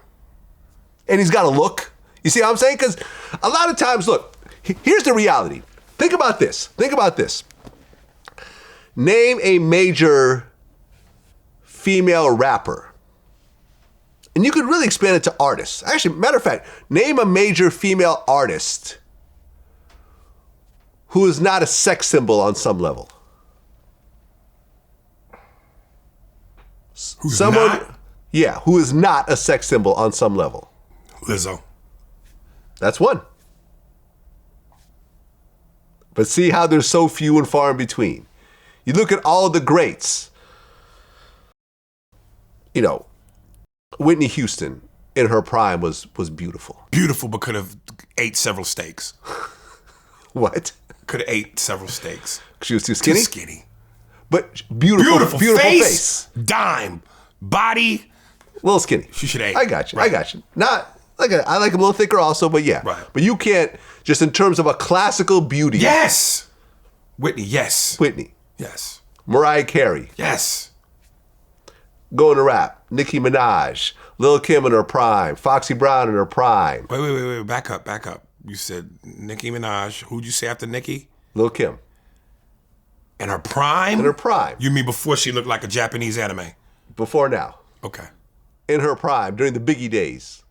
She was cute. She was cute. Okay. But she was selling sex and she was, she was Goddamn showing right her she was selling body sex. and everything Put else lips like on that. the dick. Sucking Yeah, like a real exactly. rabbit. Same thing with Foxy. Yeah. And I don't know about Foxy, but that's just me. I thought Foxy was pretty. And I'll give you this. 'Cause I remember she In talked a about Jamaican, I'm going to rob you sort of way while you here on vacation. I'm going to rob you from a bush.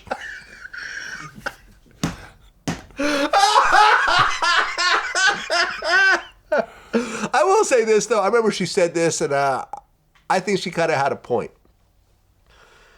She said that when she came out, before she came out, when you look at the hip-hop landscape, you look at all the girls in music videos, it was all light skin, Oh yeah, there was a hair, yeah. That in the '80s, light skin was the it shit. was everything. And Wesley, when she came Wesley, out, there was light skin. she became the first bad dark skin chick that all the guys wanted. Right. And I think she has a point. I think she kind of broke sort of the mold a little bit in how beauty is perceived. You don't think so? Foxy looked like the inside of her bra stink. I don't even know what that means.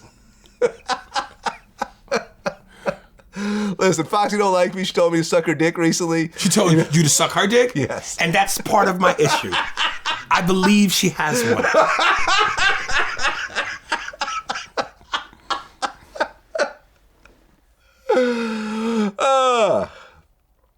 Let's talk about Diddy for a second. Take that. There's a new lawsuit by a man this time around. And in the lawsuit, he implied that Meek Mill and Usher were part of these freak-offs that he's so infamous for.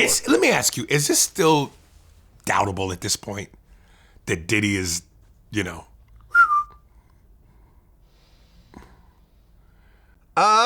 Listen, until I see it, I'm not going to say that it happened. Man, listen. Listen, there's been lots of, in fact, this one dude, Fat Jewish? You know who that guy is? No.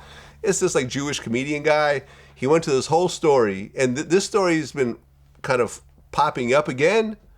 But he was saying he was at this one house party, and it was a super, super high end. He wasn't even sure how he even got in there.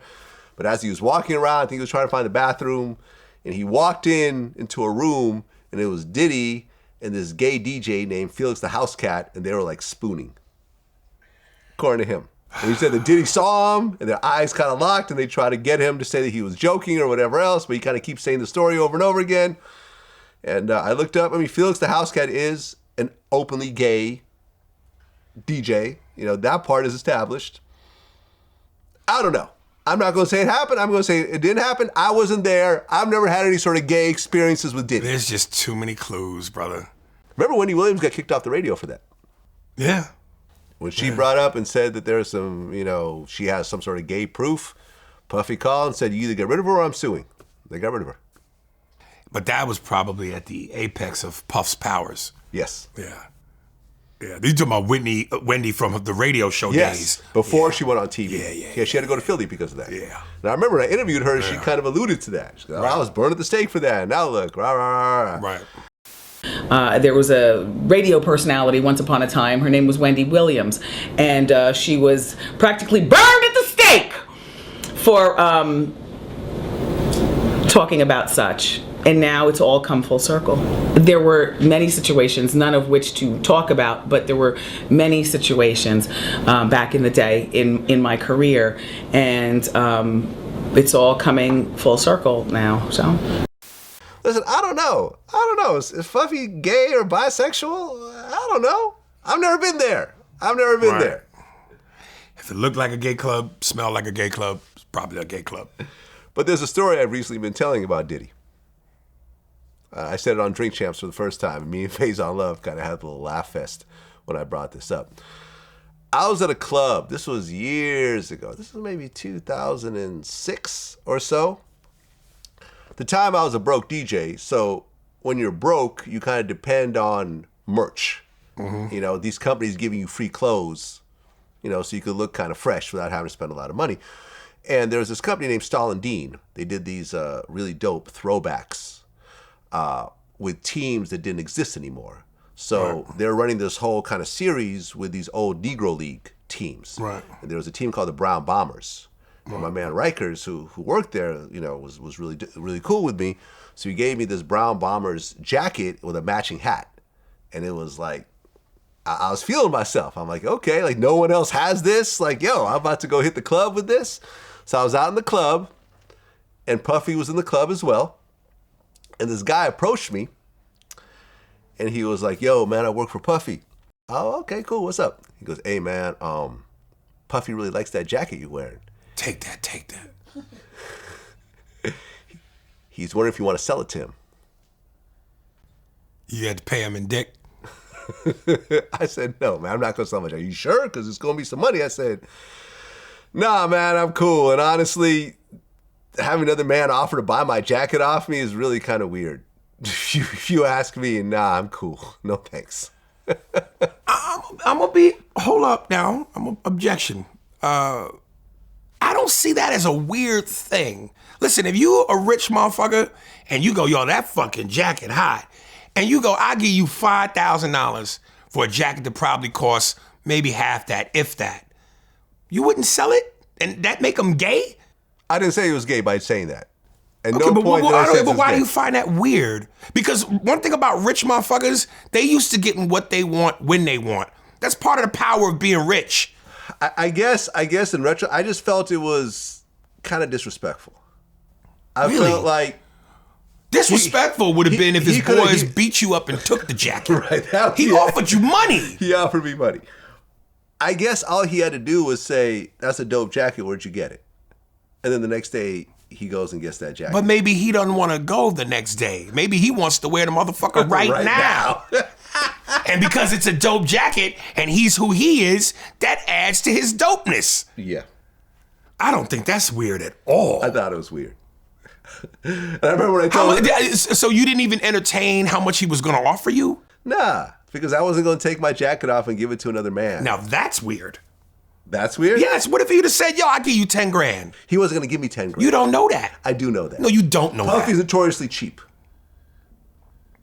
Well, if he wants to spend money on girls, well, if he wants else. the jacket bad enough, maybe that's where you can negotiate. Yeah, I wasn't going to negotiate. I felt I had a certain level of dignity to not take off my. I think it was the middle of winter. Also, it was going to be like, nah, man. I'm good. Let me tell you something. If a motherfucker offered me $5 million for my whole wardrobe in the dead of winter, I'm dead ass naked. He probably would offer me $200 or something like that. All right, maybe not for $200, but if the price is right, yeah, nigga, you better take your naked cold ass into the next open store.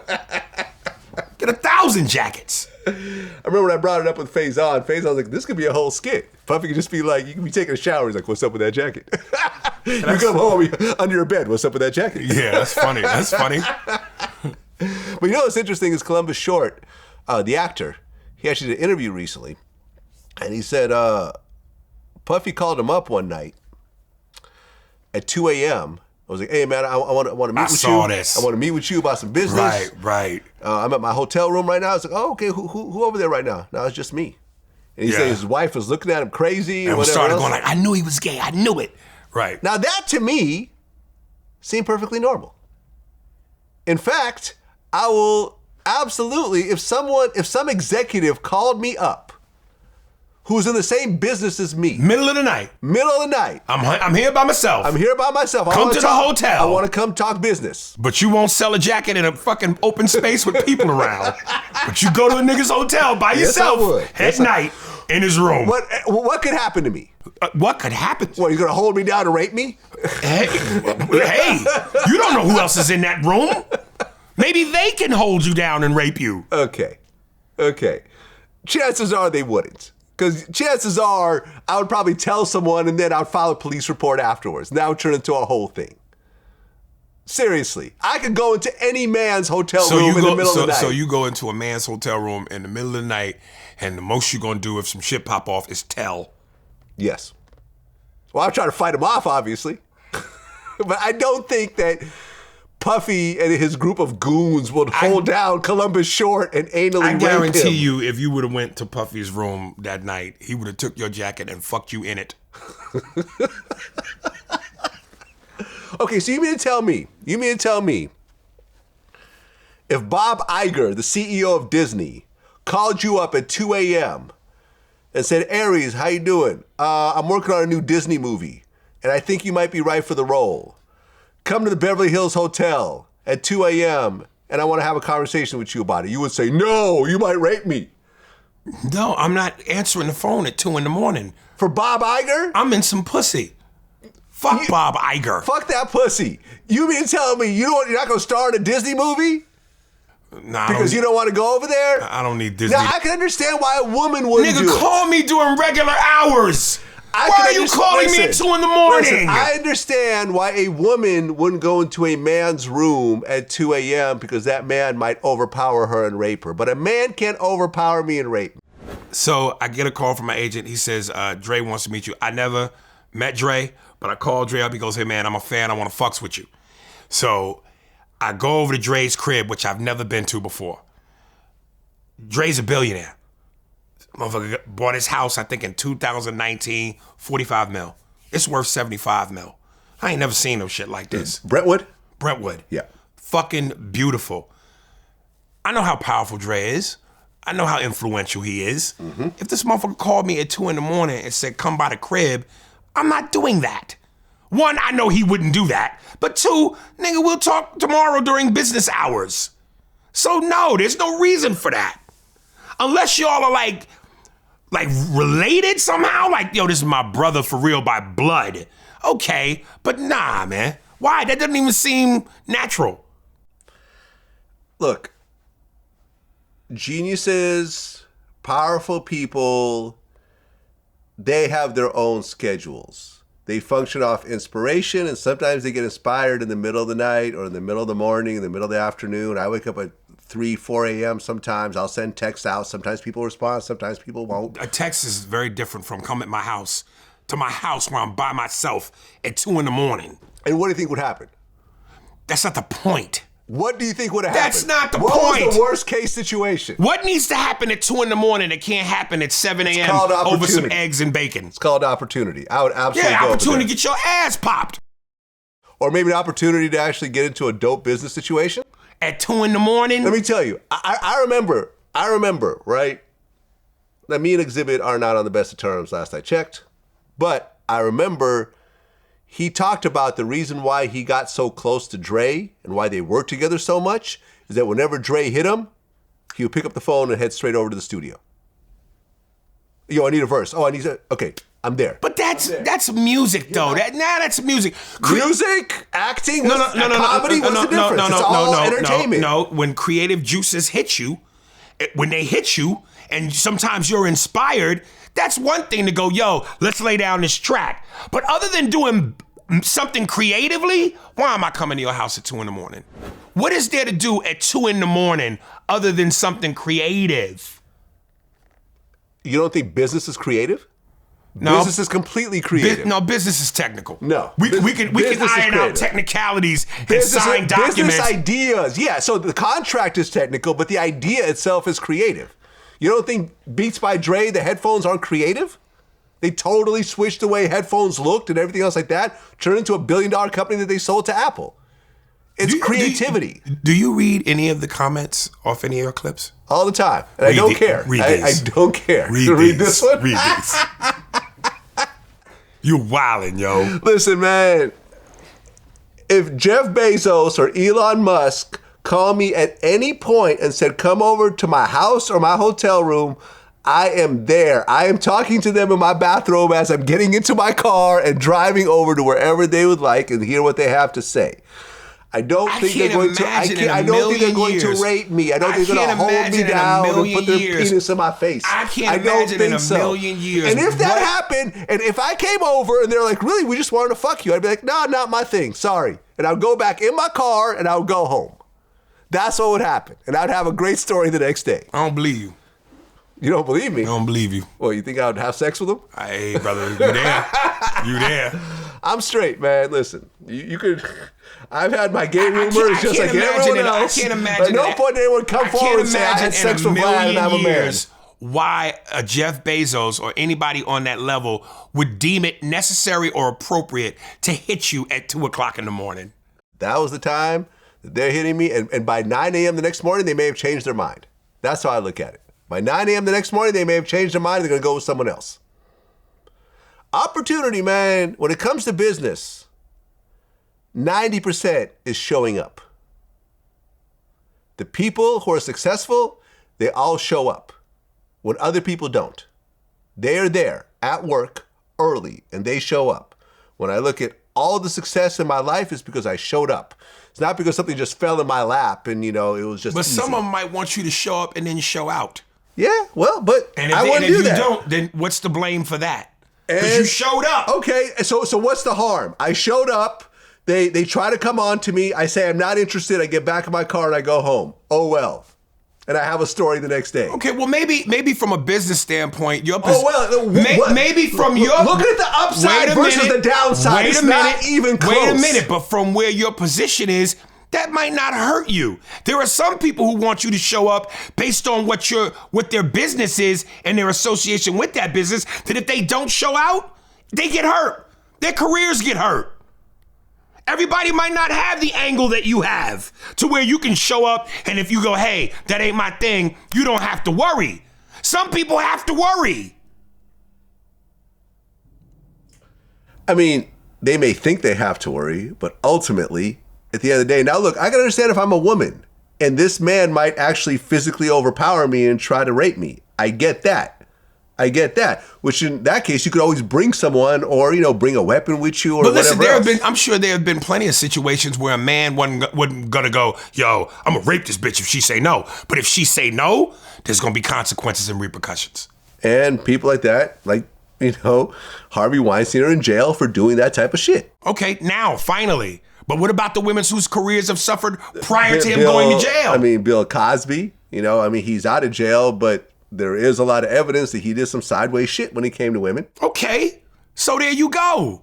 So maybe it's best not to show up in certain situations. Maybe it's, now, if I showed up and Dr. Dre offered me a drink, I may not drink it. You know what I'm saying? I may not drink that drink. Why? So your fear kicks in at a drink, not you going there at 2:00 in the morning. You're coming in and you should have a certain level of apprehension going into a strange environment. Period. Me going to a hip hop event, I bring armed security with me. No, because I don't know what's going to happen. You're talking about showing up to somebody's house or a hotel room at 2 a.m. Right. No problem. There's no apprehension there. Dre hit me up. Well, hold up. 2 a.m. There's no apprehension. 2 a.m. But your apprehension comes with a drink. Well, because at that point you could be incapacitated, right? So you're kind of thinking of a way to save your booty. A little bit. Okay. But I'm not going in there thinking like he's definitely going to Don't you think if he were to call you over at that time in the morning where that's an inconvenience to you, the most he could do is be hospitable? Okay, look. Well, answer my question. The most he could do, he's going, yo, this man could have been going to sleep. He could have been doing something else. But I drugged him out of his house, So for him to come into my place, stop being so ready to answer and listen. I'm listening. So I made him come to my house at 2 o'clock in the morning. He's tired. He's got other shit to do. He left his family, left his wife. The most I could do is offer the man a drink. He's being hospitable. But that you worried about. Well, because then you might be drugged, right? Then you think, okay, what's the worst that'll happen? The worst that'll happen is a bunch of dudes jump out the fucking closet, hold me down while I get raped, right? Or killed. But you don't contemplate any of that before you leave your house? Well, you think about it, but you don't stop it from actually going to a potential important business meeting. But if he hands you a drink, now you gotta... No, I'm good. Okay. I'm good. If you offer me some cocaine, I'd be like, nah, I'm good. Cocaine ain't a beverage. But it could be, you don't know what the hell's in that powder. It could be anything. You don't know what the hell's waiting for you in that house. I think I can handle myself with a group of men. I don't think that I'm attracted enough where people will risk going to prison for the rest of their lives to try to take Vlad's booty. I don't think my booty's that valuable. You never know who somebody knows, man. You never know. Vlad got that good booty. I'll go to prison for that booty. Might be 5 niggas that want to taste Russian ass. Diddy, do us a favor. Get us Vlad.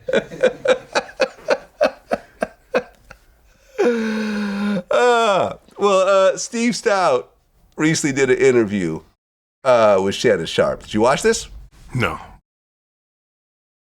So this is interesting. This is actually the first time I'm going to say this on camera because I know the backstory about this situation. And look, me and Dame don't get along, but it is what it is. There's certain things that actually happened and did happen.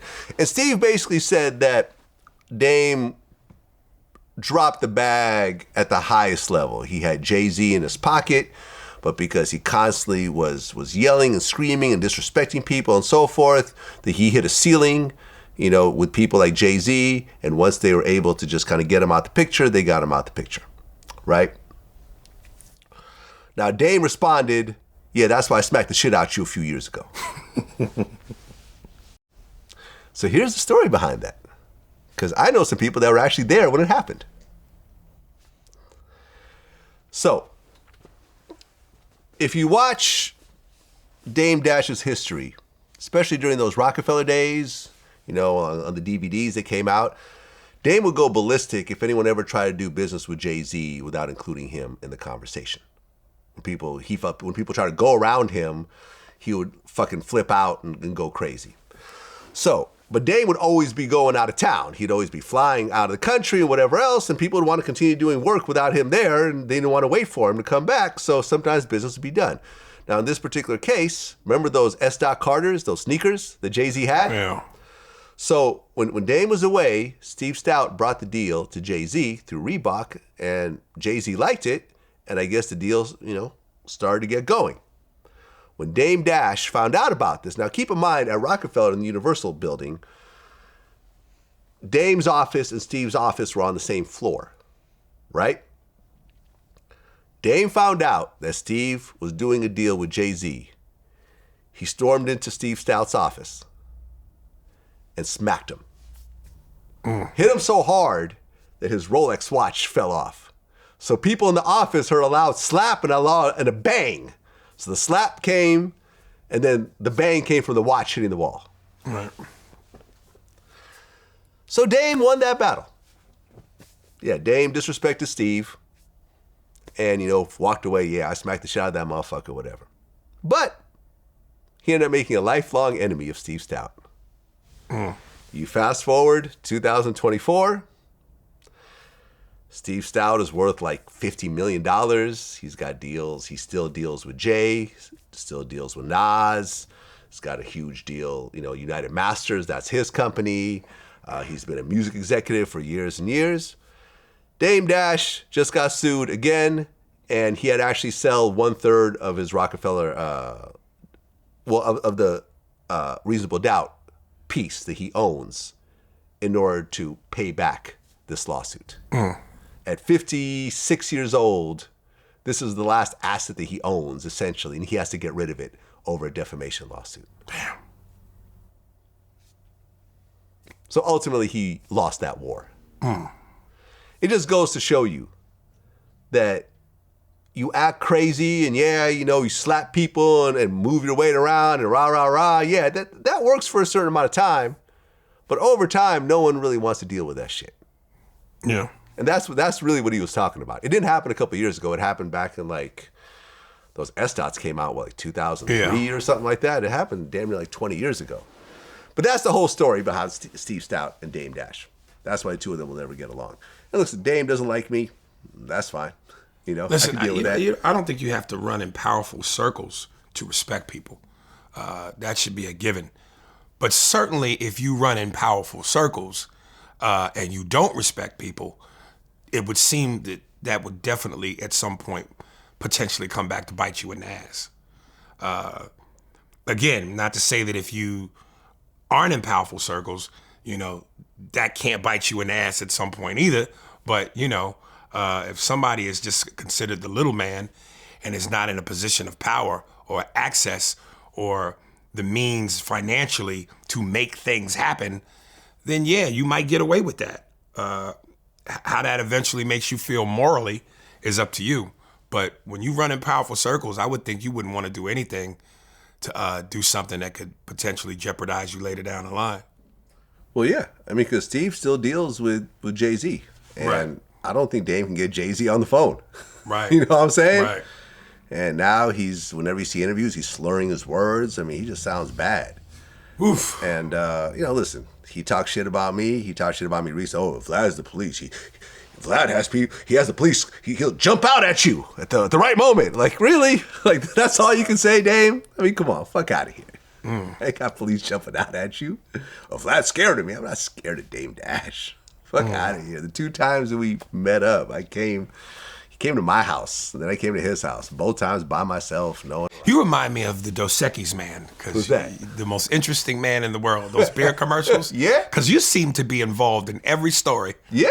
I You insert are a myself. character in every one of your That's stories. right. That's TK Kirkland, actually. That's his job. What? TK's done everything with everybody. What was that? Nothing. Nothing? Nothing. Wait, you and TK have something going on? Nah. It's all good, brother. You It's sure? All good. It's all good, man. Okay. All right. If you want to expand, No? Okay. Well, I'm not going to pull a Cat Williams. not going to pull Cat Williams? Nah. You know what's actually funny is after I did Drink Champs, Bert Kreischer, he actually called me because I'd interviewed him before. And he was like, yo, man, I love the interview, whatever. I'm like, yo, we got to do something else, man. We got to do another interview. He's like, yeah, no, I'm down. I'm like, yeah, man. I'm like, Bert, you're going to be my white Cat Williams. I'm going to bring you on, and you're going to diss every other white comedian. He's going to make up a bunch of lies. You're going to say that Jerry Seinfeld is gay.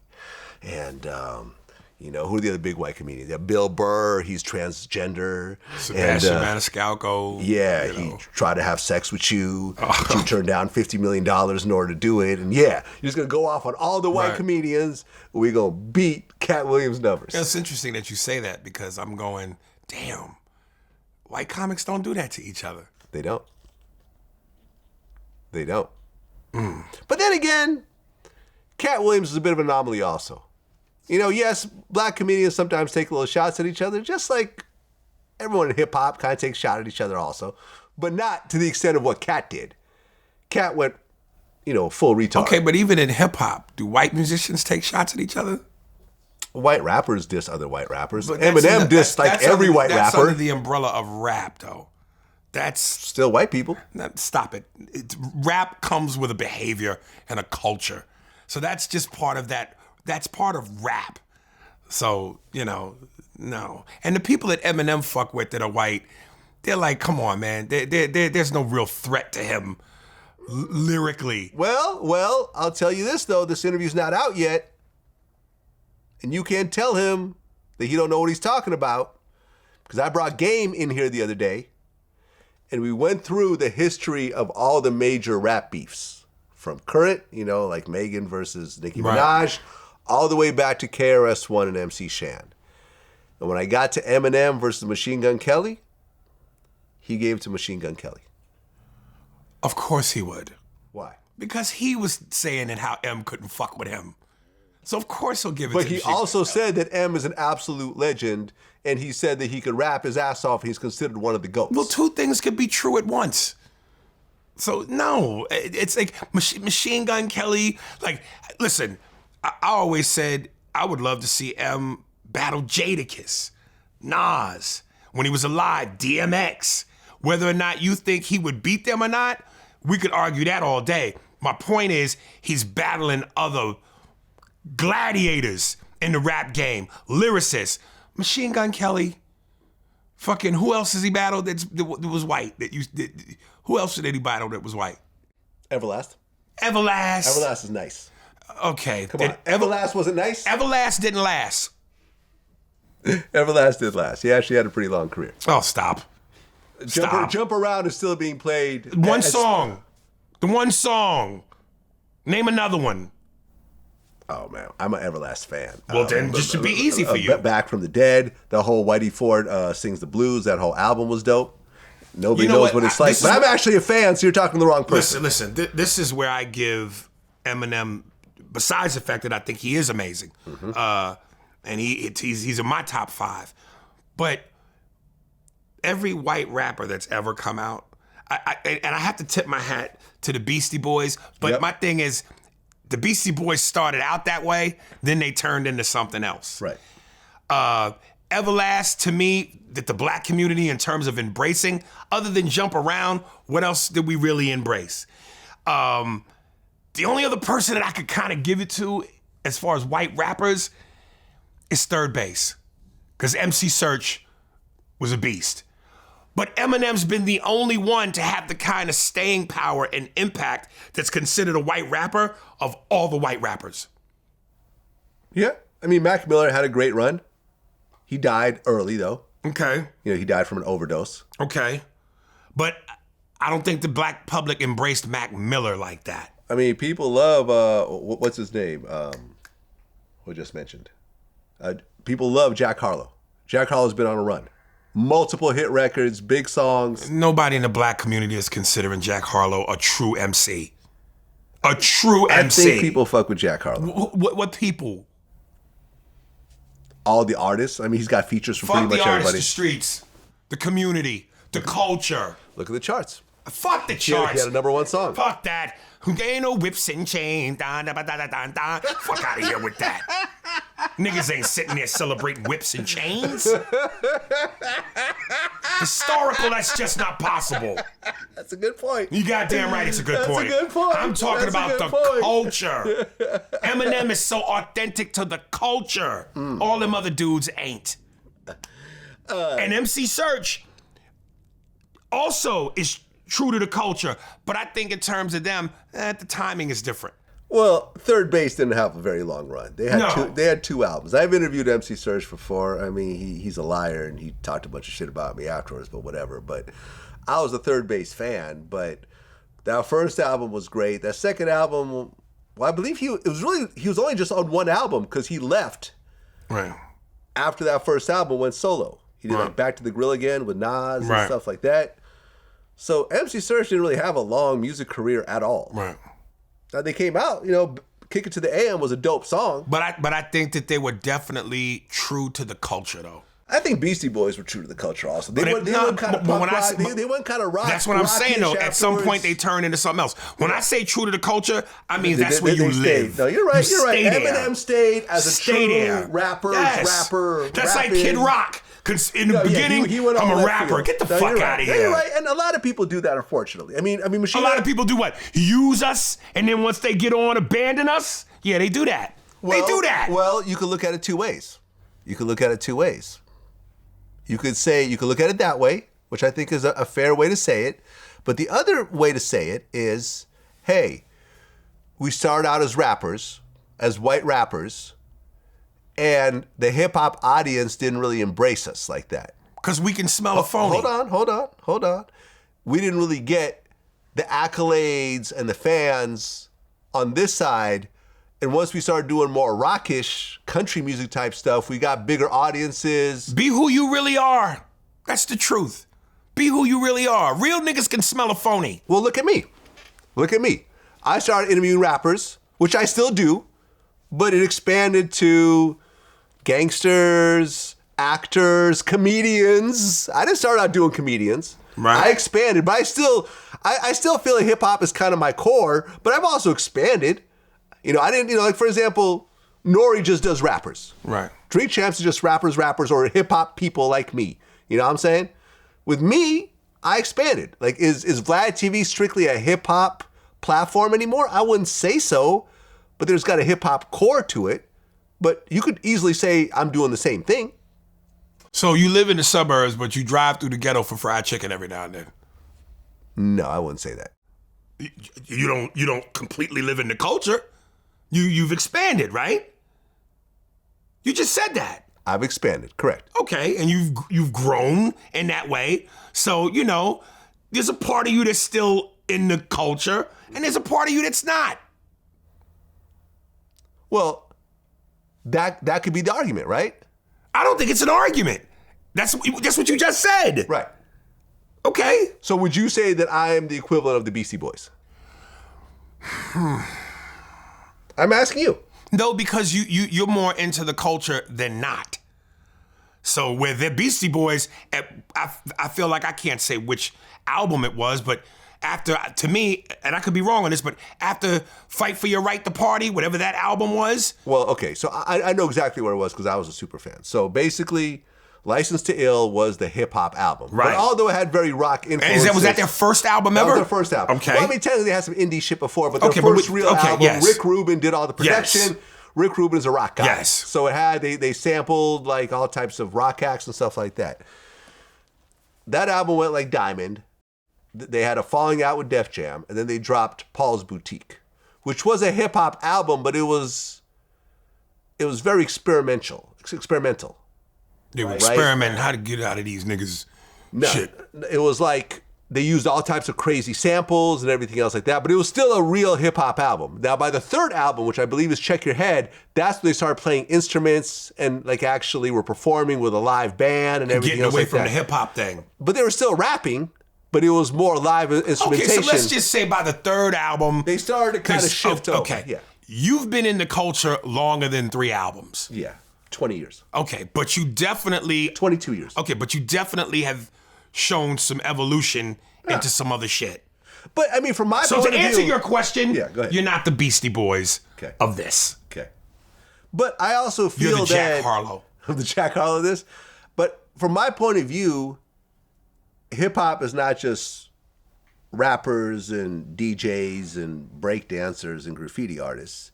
It's also movies like Scarface. It's also comedians like Aries. It's also street figures like Pee Wee Kirkland. It's also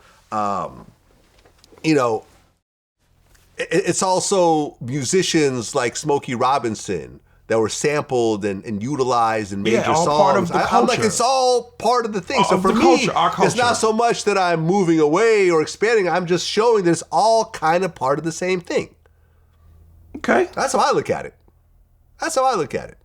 This is why I don't interview people that are like anti-hip hop. I don't do like Candace Owens interviews and stuff like that. Now some of my contemporaries like Joe Budden do that because they want the views. Listen, I think you should.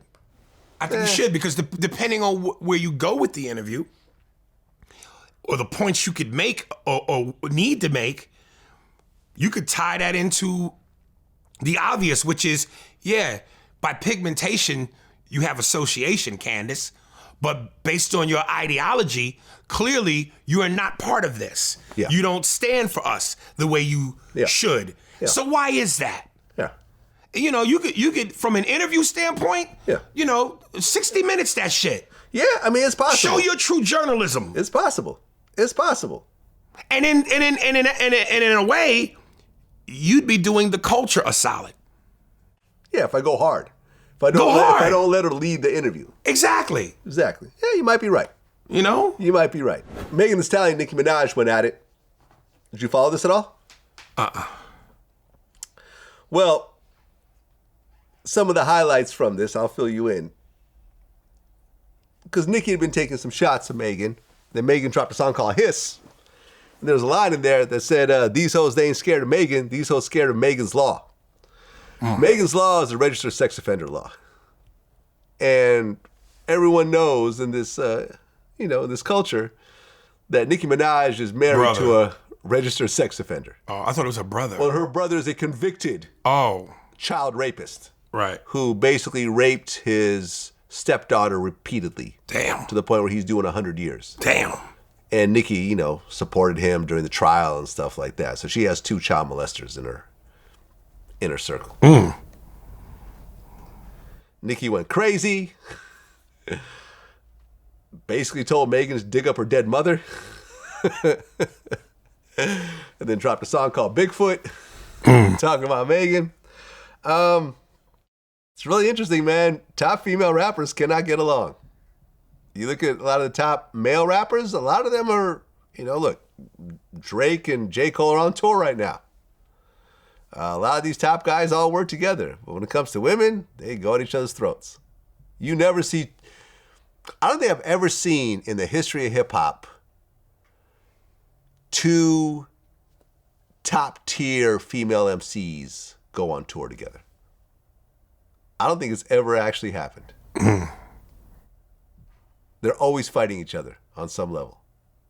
Yeah, I'm trying to recollect in my mind too, and I don't. Kim and Foxy, man, that beef turned into a damn shootout in front of Hot 97. Right. I've interviewed people that went to prison over that, like C. Gutter. Kim and Nicki were going at it. Cardi B and Nicki have always gone at it. There was a whole fight that almost happened at the Met Gala. Like, I don't know. It's really too bad because I think that they're missing out on billions of dollars by doing this. But, besides that, the financial aspect of it, what it could mean in terms of morale for young girls, right? To see that they don't have to behave that way. What that could just do for morale in terms of black female unity. Exactly. It's unfortunate. I agree. Well, you saw the Griselda series on Netflix. Yes. Great series, right? Loved it. Sofia Vergara killed it. She did. I also saw they did a Griselda movie with Catherine Zeta-Jones. Yeah, I heard it was trash.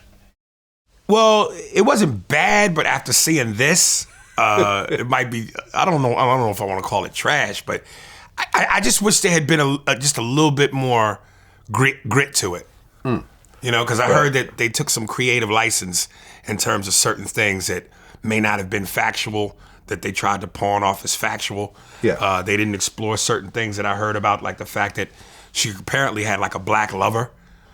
Well, it's funny you should say that because I interviewed him. Of course. Charles Cosby. Oh! Charles Cosby. Right. They actually did a documentary on him called Cocaine Cowboys 2. You've never seen it? No. Okay. So let me tell you about Charles Cosby. One of our biggest interviews running right now. It's actually live as we're speaking. Charles Cosby was a low-level drug dealer in Oakland. Right? Mm-hmm. Hand-to-hand, selling, a couple $100s of crack, on good days. At one point, the money got low, so you'd kidnap a drug dealer and try to, got some ransom money. But he was seriously struggling. And he found out that Griselda was locked up relatively close to where he lived. So he started writing her love letters. She started to respond. And he started to visit her in prison.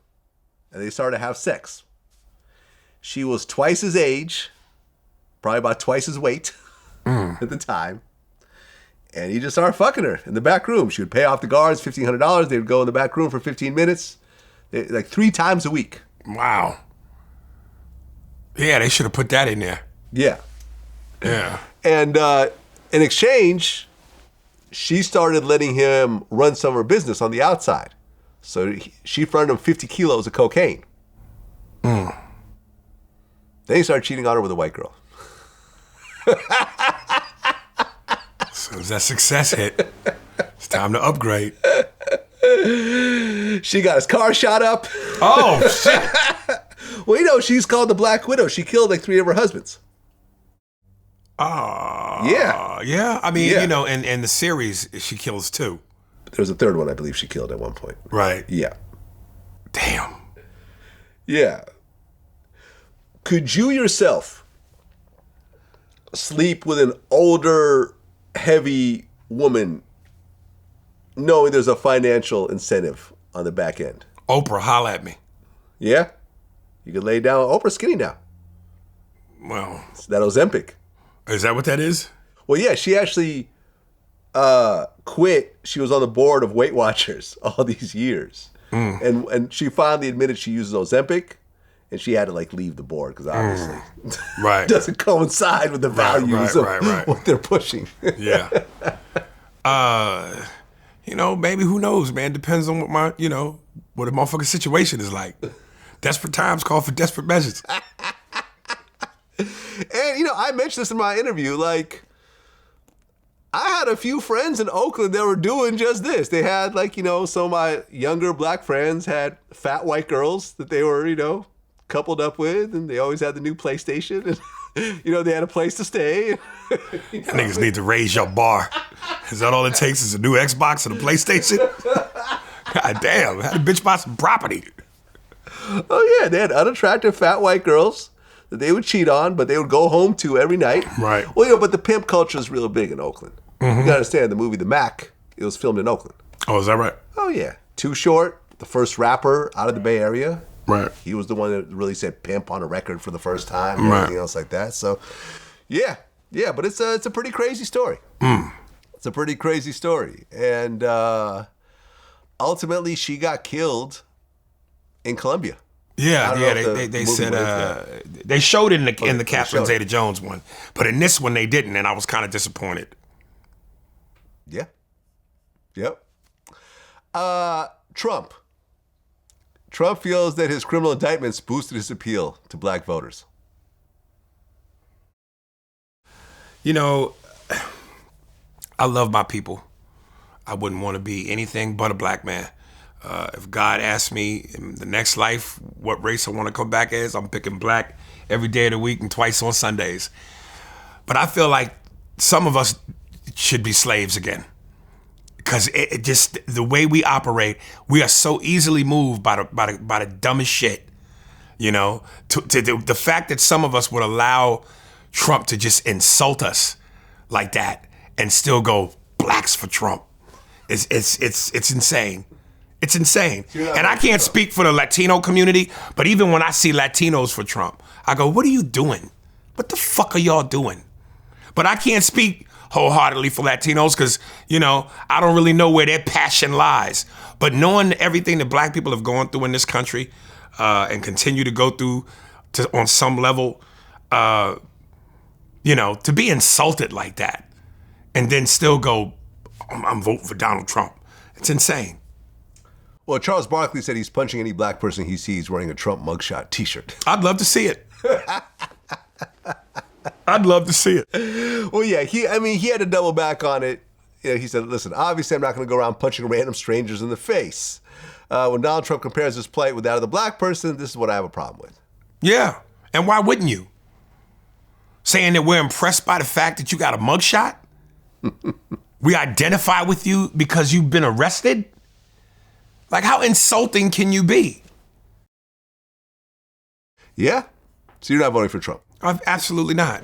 Well, someone had pointed out in my members section about a comedy special that you did. That has a very interesting cover. Is that the Hollywood Look I'm Smiling? Hollywood Look I'm Smiling. Yeah. Where you are in blackface. Yes. With white lips. With white execs behind me looking over me. Ah, okay, right. Contextually, it's wearing very white gloves. Yeah, but contextually, it's very important that is mentioned. Exactly. Yes. And of course, this is a reference to the racist movies back in the day where white actors would wear. What was it? No. White actors? No, the black actors would wear blackface. Well, white actors wore blackface. And black actors would wear the same type of thing as well, or no? Sometimes, yes. But this wasn't about that. This was in reference to if you are not constantly smiling in show business as a black man, you are deemed angry. And nothing is more fearful to white America, especially white folks in show business, than the angry nigga. So we have to constantly be jazz hands and grinning from temple to temple to make white people or reassure white people that we're okay. Things between us are okay. You don't have to worry about me, boss. I smiling and dancing and laughing. I'm one of the safe ones. So it was more or less for me about, look, Hollywood, I'm smiling, but and the blackface is about an ode to, this is what y'all used to do. This is how y'all saw us. So this is what's acceptable to y'all.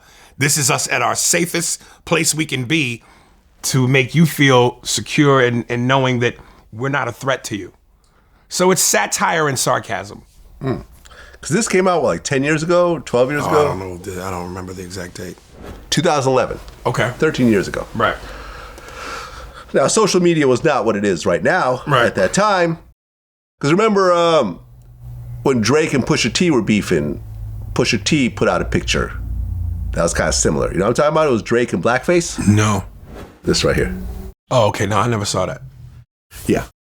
This was it was for like a clothing company, and it was Drake actually explaining, I just wanted to show how black artists were being taken advantage of or something. But, he had to talk his way out of that one, essentially. When this came out, was there a backlash? No. At all? Not at all. And that special aired on Showtime. But was that cover plastered and everything else like that? I'm not sure. I can't remember. Being on Showtime, they don't always show the cover. They might just show you on stage. Right. I can't remember. So this cover may have just kind of fallen below the radar a little bit. Could have. But, it was also available for sale and, so places where you would go buy DVDs. Right, so you standing behind it. Absolutely. I stand behind everything I do, even when I'm wrong. I'll admit that I might not have been right in my attempt, but the intent is to always be funny, even in failure. There you go. Well, a couple of RIPs before I let you go. Jam Master Jay died a long time ago, but 2 men were actually found guilty of killing him. Yeah, we recently. talked about that on my podcast, and when I had ended the episode, I had asked whatever, so no justice ever came to Jam Master Jay, and then I found out, yeah, one of the guys was his godson. It was like their main bodyguard son, who they pretty much just raised. Yeah, and year after year, this guy would have pictures next to Jam Master Jay funeral, mural. Just, I miss my man. I heard something. I don't know how true this is, but I heard that during the funeral, the godson kind of wailed all over the casket and was hugging it and doing the stereotypical black, "Why, Lord? Why not me, Lord?" I don't know how true that is. Do you know if there's any truth to that? I haven't heard that, but it might be true. I brought that up to I didn't say, follow the trial very closely. Well, so I brought that up true. to say that reminds me of that brilliant Chris Rock joke where he, goes, I love black people. I hate niggas. Because you get robbed, niggas will come up to your house the next day and go, I heard you got robbed. And nigga, you was robbing me. You ain't seen shit because you was doing shit. Right. Yeah. Yeah, it's wild, man. It's a wild story. And then once you get into the actual story of it, you found out that this whole thing was over Jam Master Jay started to sell drugs at one point because the money had slowed down and he was supporting a whole bunch of people. And I'm just going, Southwest Tea from BMF was allegedly his supplier. Right. And, he was, I'm just going to do a couple quick flips to get my money up and then I'll be good. And apparently these guys were cut out of that deal and they felt some type of way. So as revenge, they go and kill him. And, yeah, man, it's sad that you have some of these legends that you think are just going to be good forever, but that money in entertainment, it doesn't stay forever. Actually, when you get to your height, usually the only way, to go is downhill. And if you don't invest... That's why, at some point, you gotta have, business savvy, man. Yeah. And that's another thing in the black community. I wish we were more financially literate. because you kind of listen. Your dream and your hope is that you become so successful that you don't need another hustle. Yeah. But even now, even when if you are that successful, there's never a such thing as too much money. Right. So but there are some people that don't become that successful or as successful, and you need a side hustle. You need several. Yeah. So, whether you don't need it or whether you have it, it's not a bad thing. Yeah. Yeah. Rest in peace, Carl Weathers. Oh yeah, that's my childhood, baby. It's a little scary because these are the people that I grew up watching, and now I'm totally grown and they're slowly but surely declining. Yes. It's like, Carl Weathers, Bruce Willis got dementia. Yeah. Stallone and Schwarzenegger are both like fucking damn near 80. Yeah. Van Damme's splits don't look as good. Steven Seagal is a fat piece of shit. It's just all my 80s action heroes are done. Yeah. So like in Life with Eddie Murphy and Martin Lawrence, we on deck. We on deck. If my action heroes are going, that means, we on deck, nigga. My age group is on deck. We next up. Right. And rest in peace, Red Fox. I didn't know that you actually played him in Why Do Fools Fall in Love? And I was so mad at the director, Gregory Nava, because there was actually a scene, the scene where basically Vivica Fox's character, I can't remember if she was with Lorenz Tate, but they come into this nightclub and I'm finishing up a bit as Red Fox. And then after I say the bit, goodnight, we cut to another scene where I'm sitting at a table with all of them. Lorenz, Vivica, another dude is playing Fats Domino. And I went off the dome and started spitting shit that wasn't even in the script and cracked everybody up. Of course, cutting room floor. And even my part as Red Fox, where I do the joke about fucking a broad, she goes, hit me harder, hurt me. And so I hit the bitch in the head with a brick. And from there it's thank you, good night. They kept only thank you, good night. They didn't even fucking really include the bit. And this dude, Gregory Nava, he was such a, like I worked with Cameron Crowe, who directed Jerry Maguire. One of the nicest guys in the world. Gregory Nava, let me just say, not so much. And again, this was still me a little wet behind the ears as far as being in film. So at one point when I'm doing the Red Fox take, I actually messed up. And I go, cut. I yelled, cut. I go, cut. Can I do that over? And he got so mad at me and basically like chewed my ass in front of the whole set. Like, don't you ever yell cut. Who are you to yell cut? I'm the director. I yell cut. So, he made me feel this small. That is true, though. You're not supposed to yell cut. I didn't know that. Yeah. This is I'm new in Hollywood. I'm a kid. This is my first time in this life. So I didn't know that. Yeah. They lighten up your skin for the... Yeah, they did. Yeah. But, again, there's a way to do everything. We just talked about it with the Steve Stoute and... Yeah. Dame Dash. There's no reason to ever be an asshole, no matter what level you're on. But certainly, if I'm the star of the film and I yell cut, I bet you that motherfucker don't do that. Why is that? Because we in the same position of power. Yep. And I'm going to leave with this. I didn't know that your mom was a singer. Yeah, still is. Jazz and blues singer. Yeah.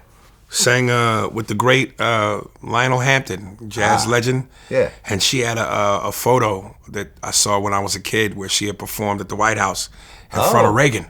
Oh, nice. So it's her on stage singing with Reagan in the background off to the side. Yeah, man. Doris Spears. Yes. Has a very interesting song title, by the way. Which one? Ode to a Whore. Yeah. Yeah.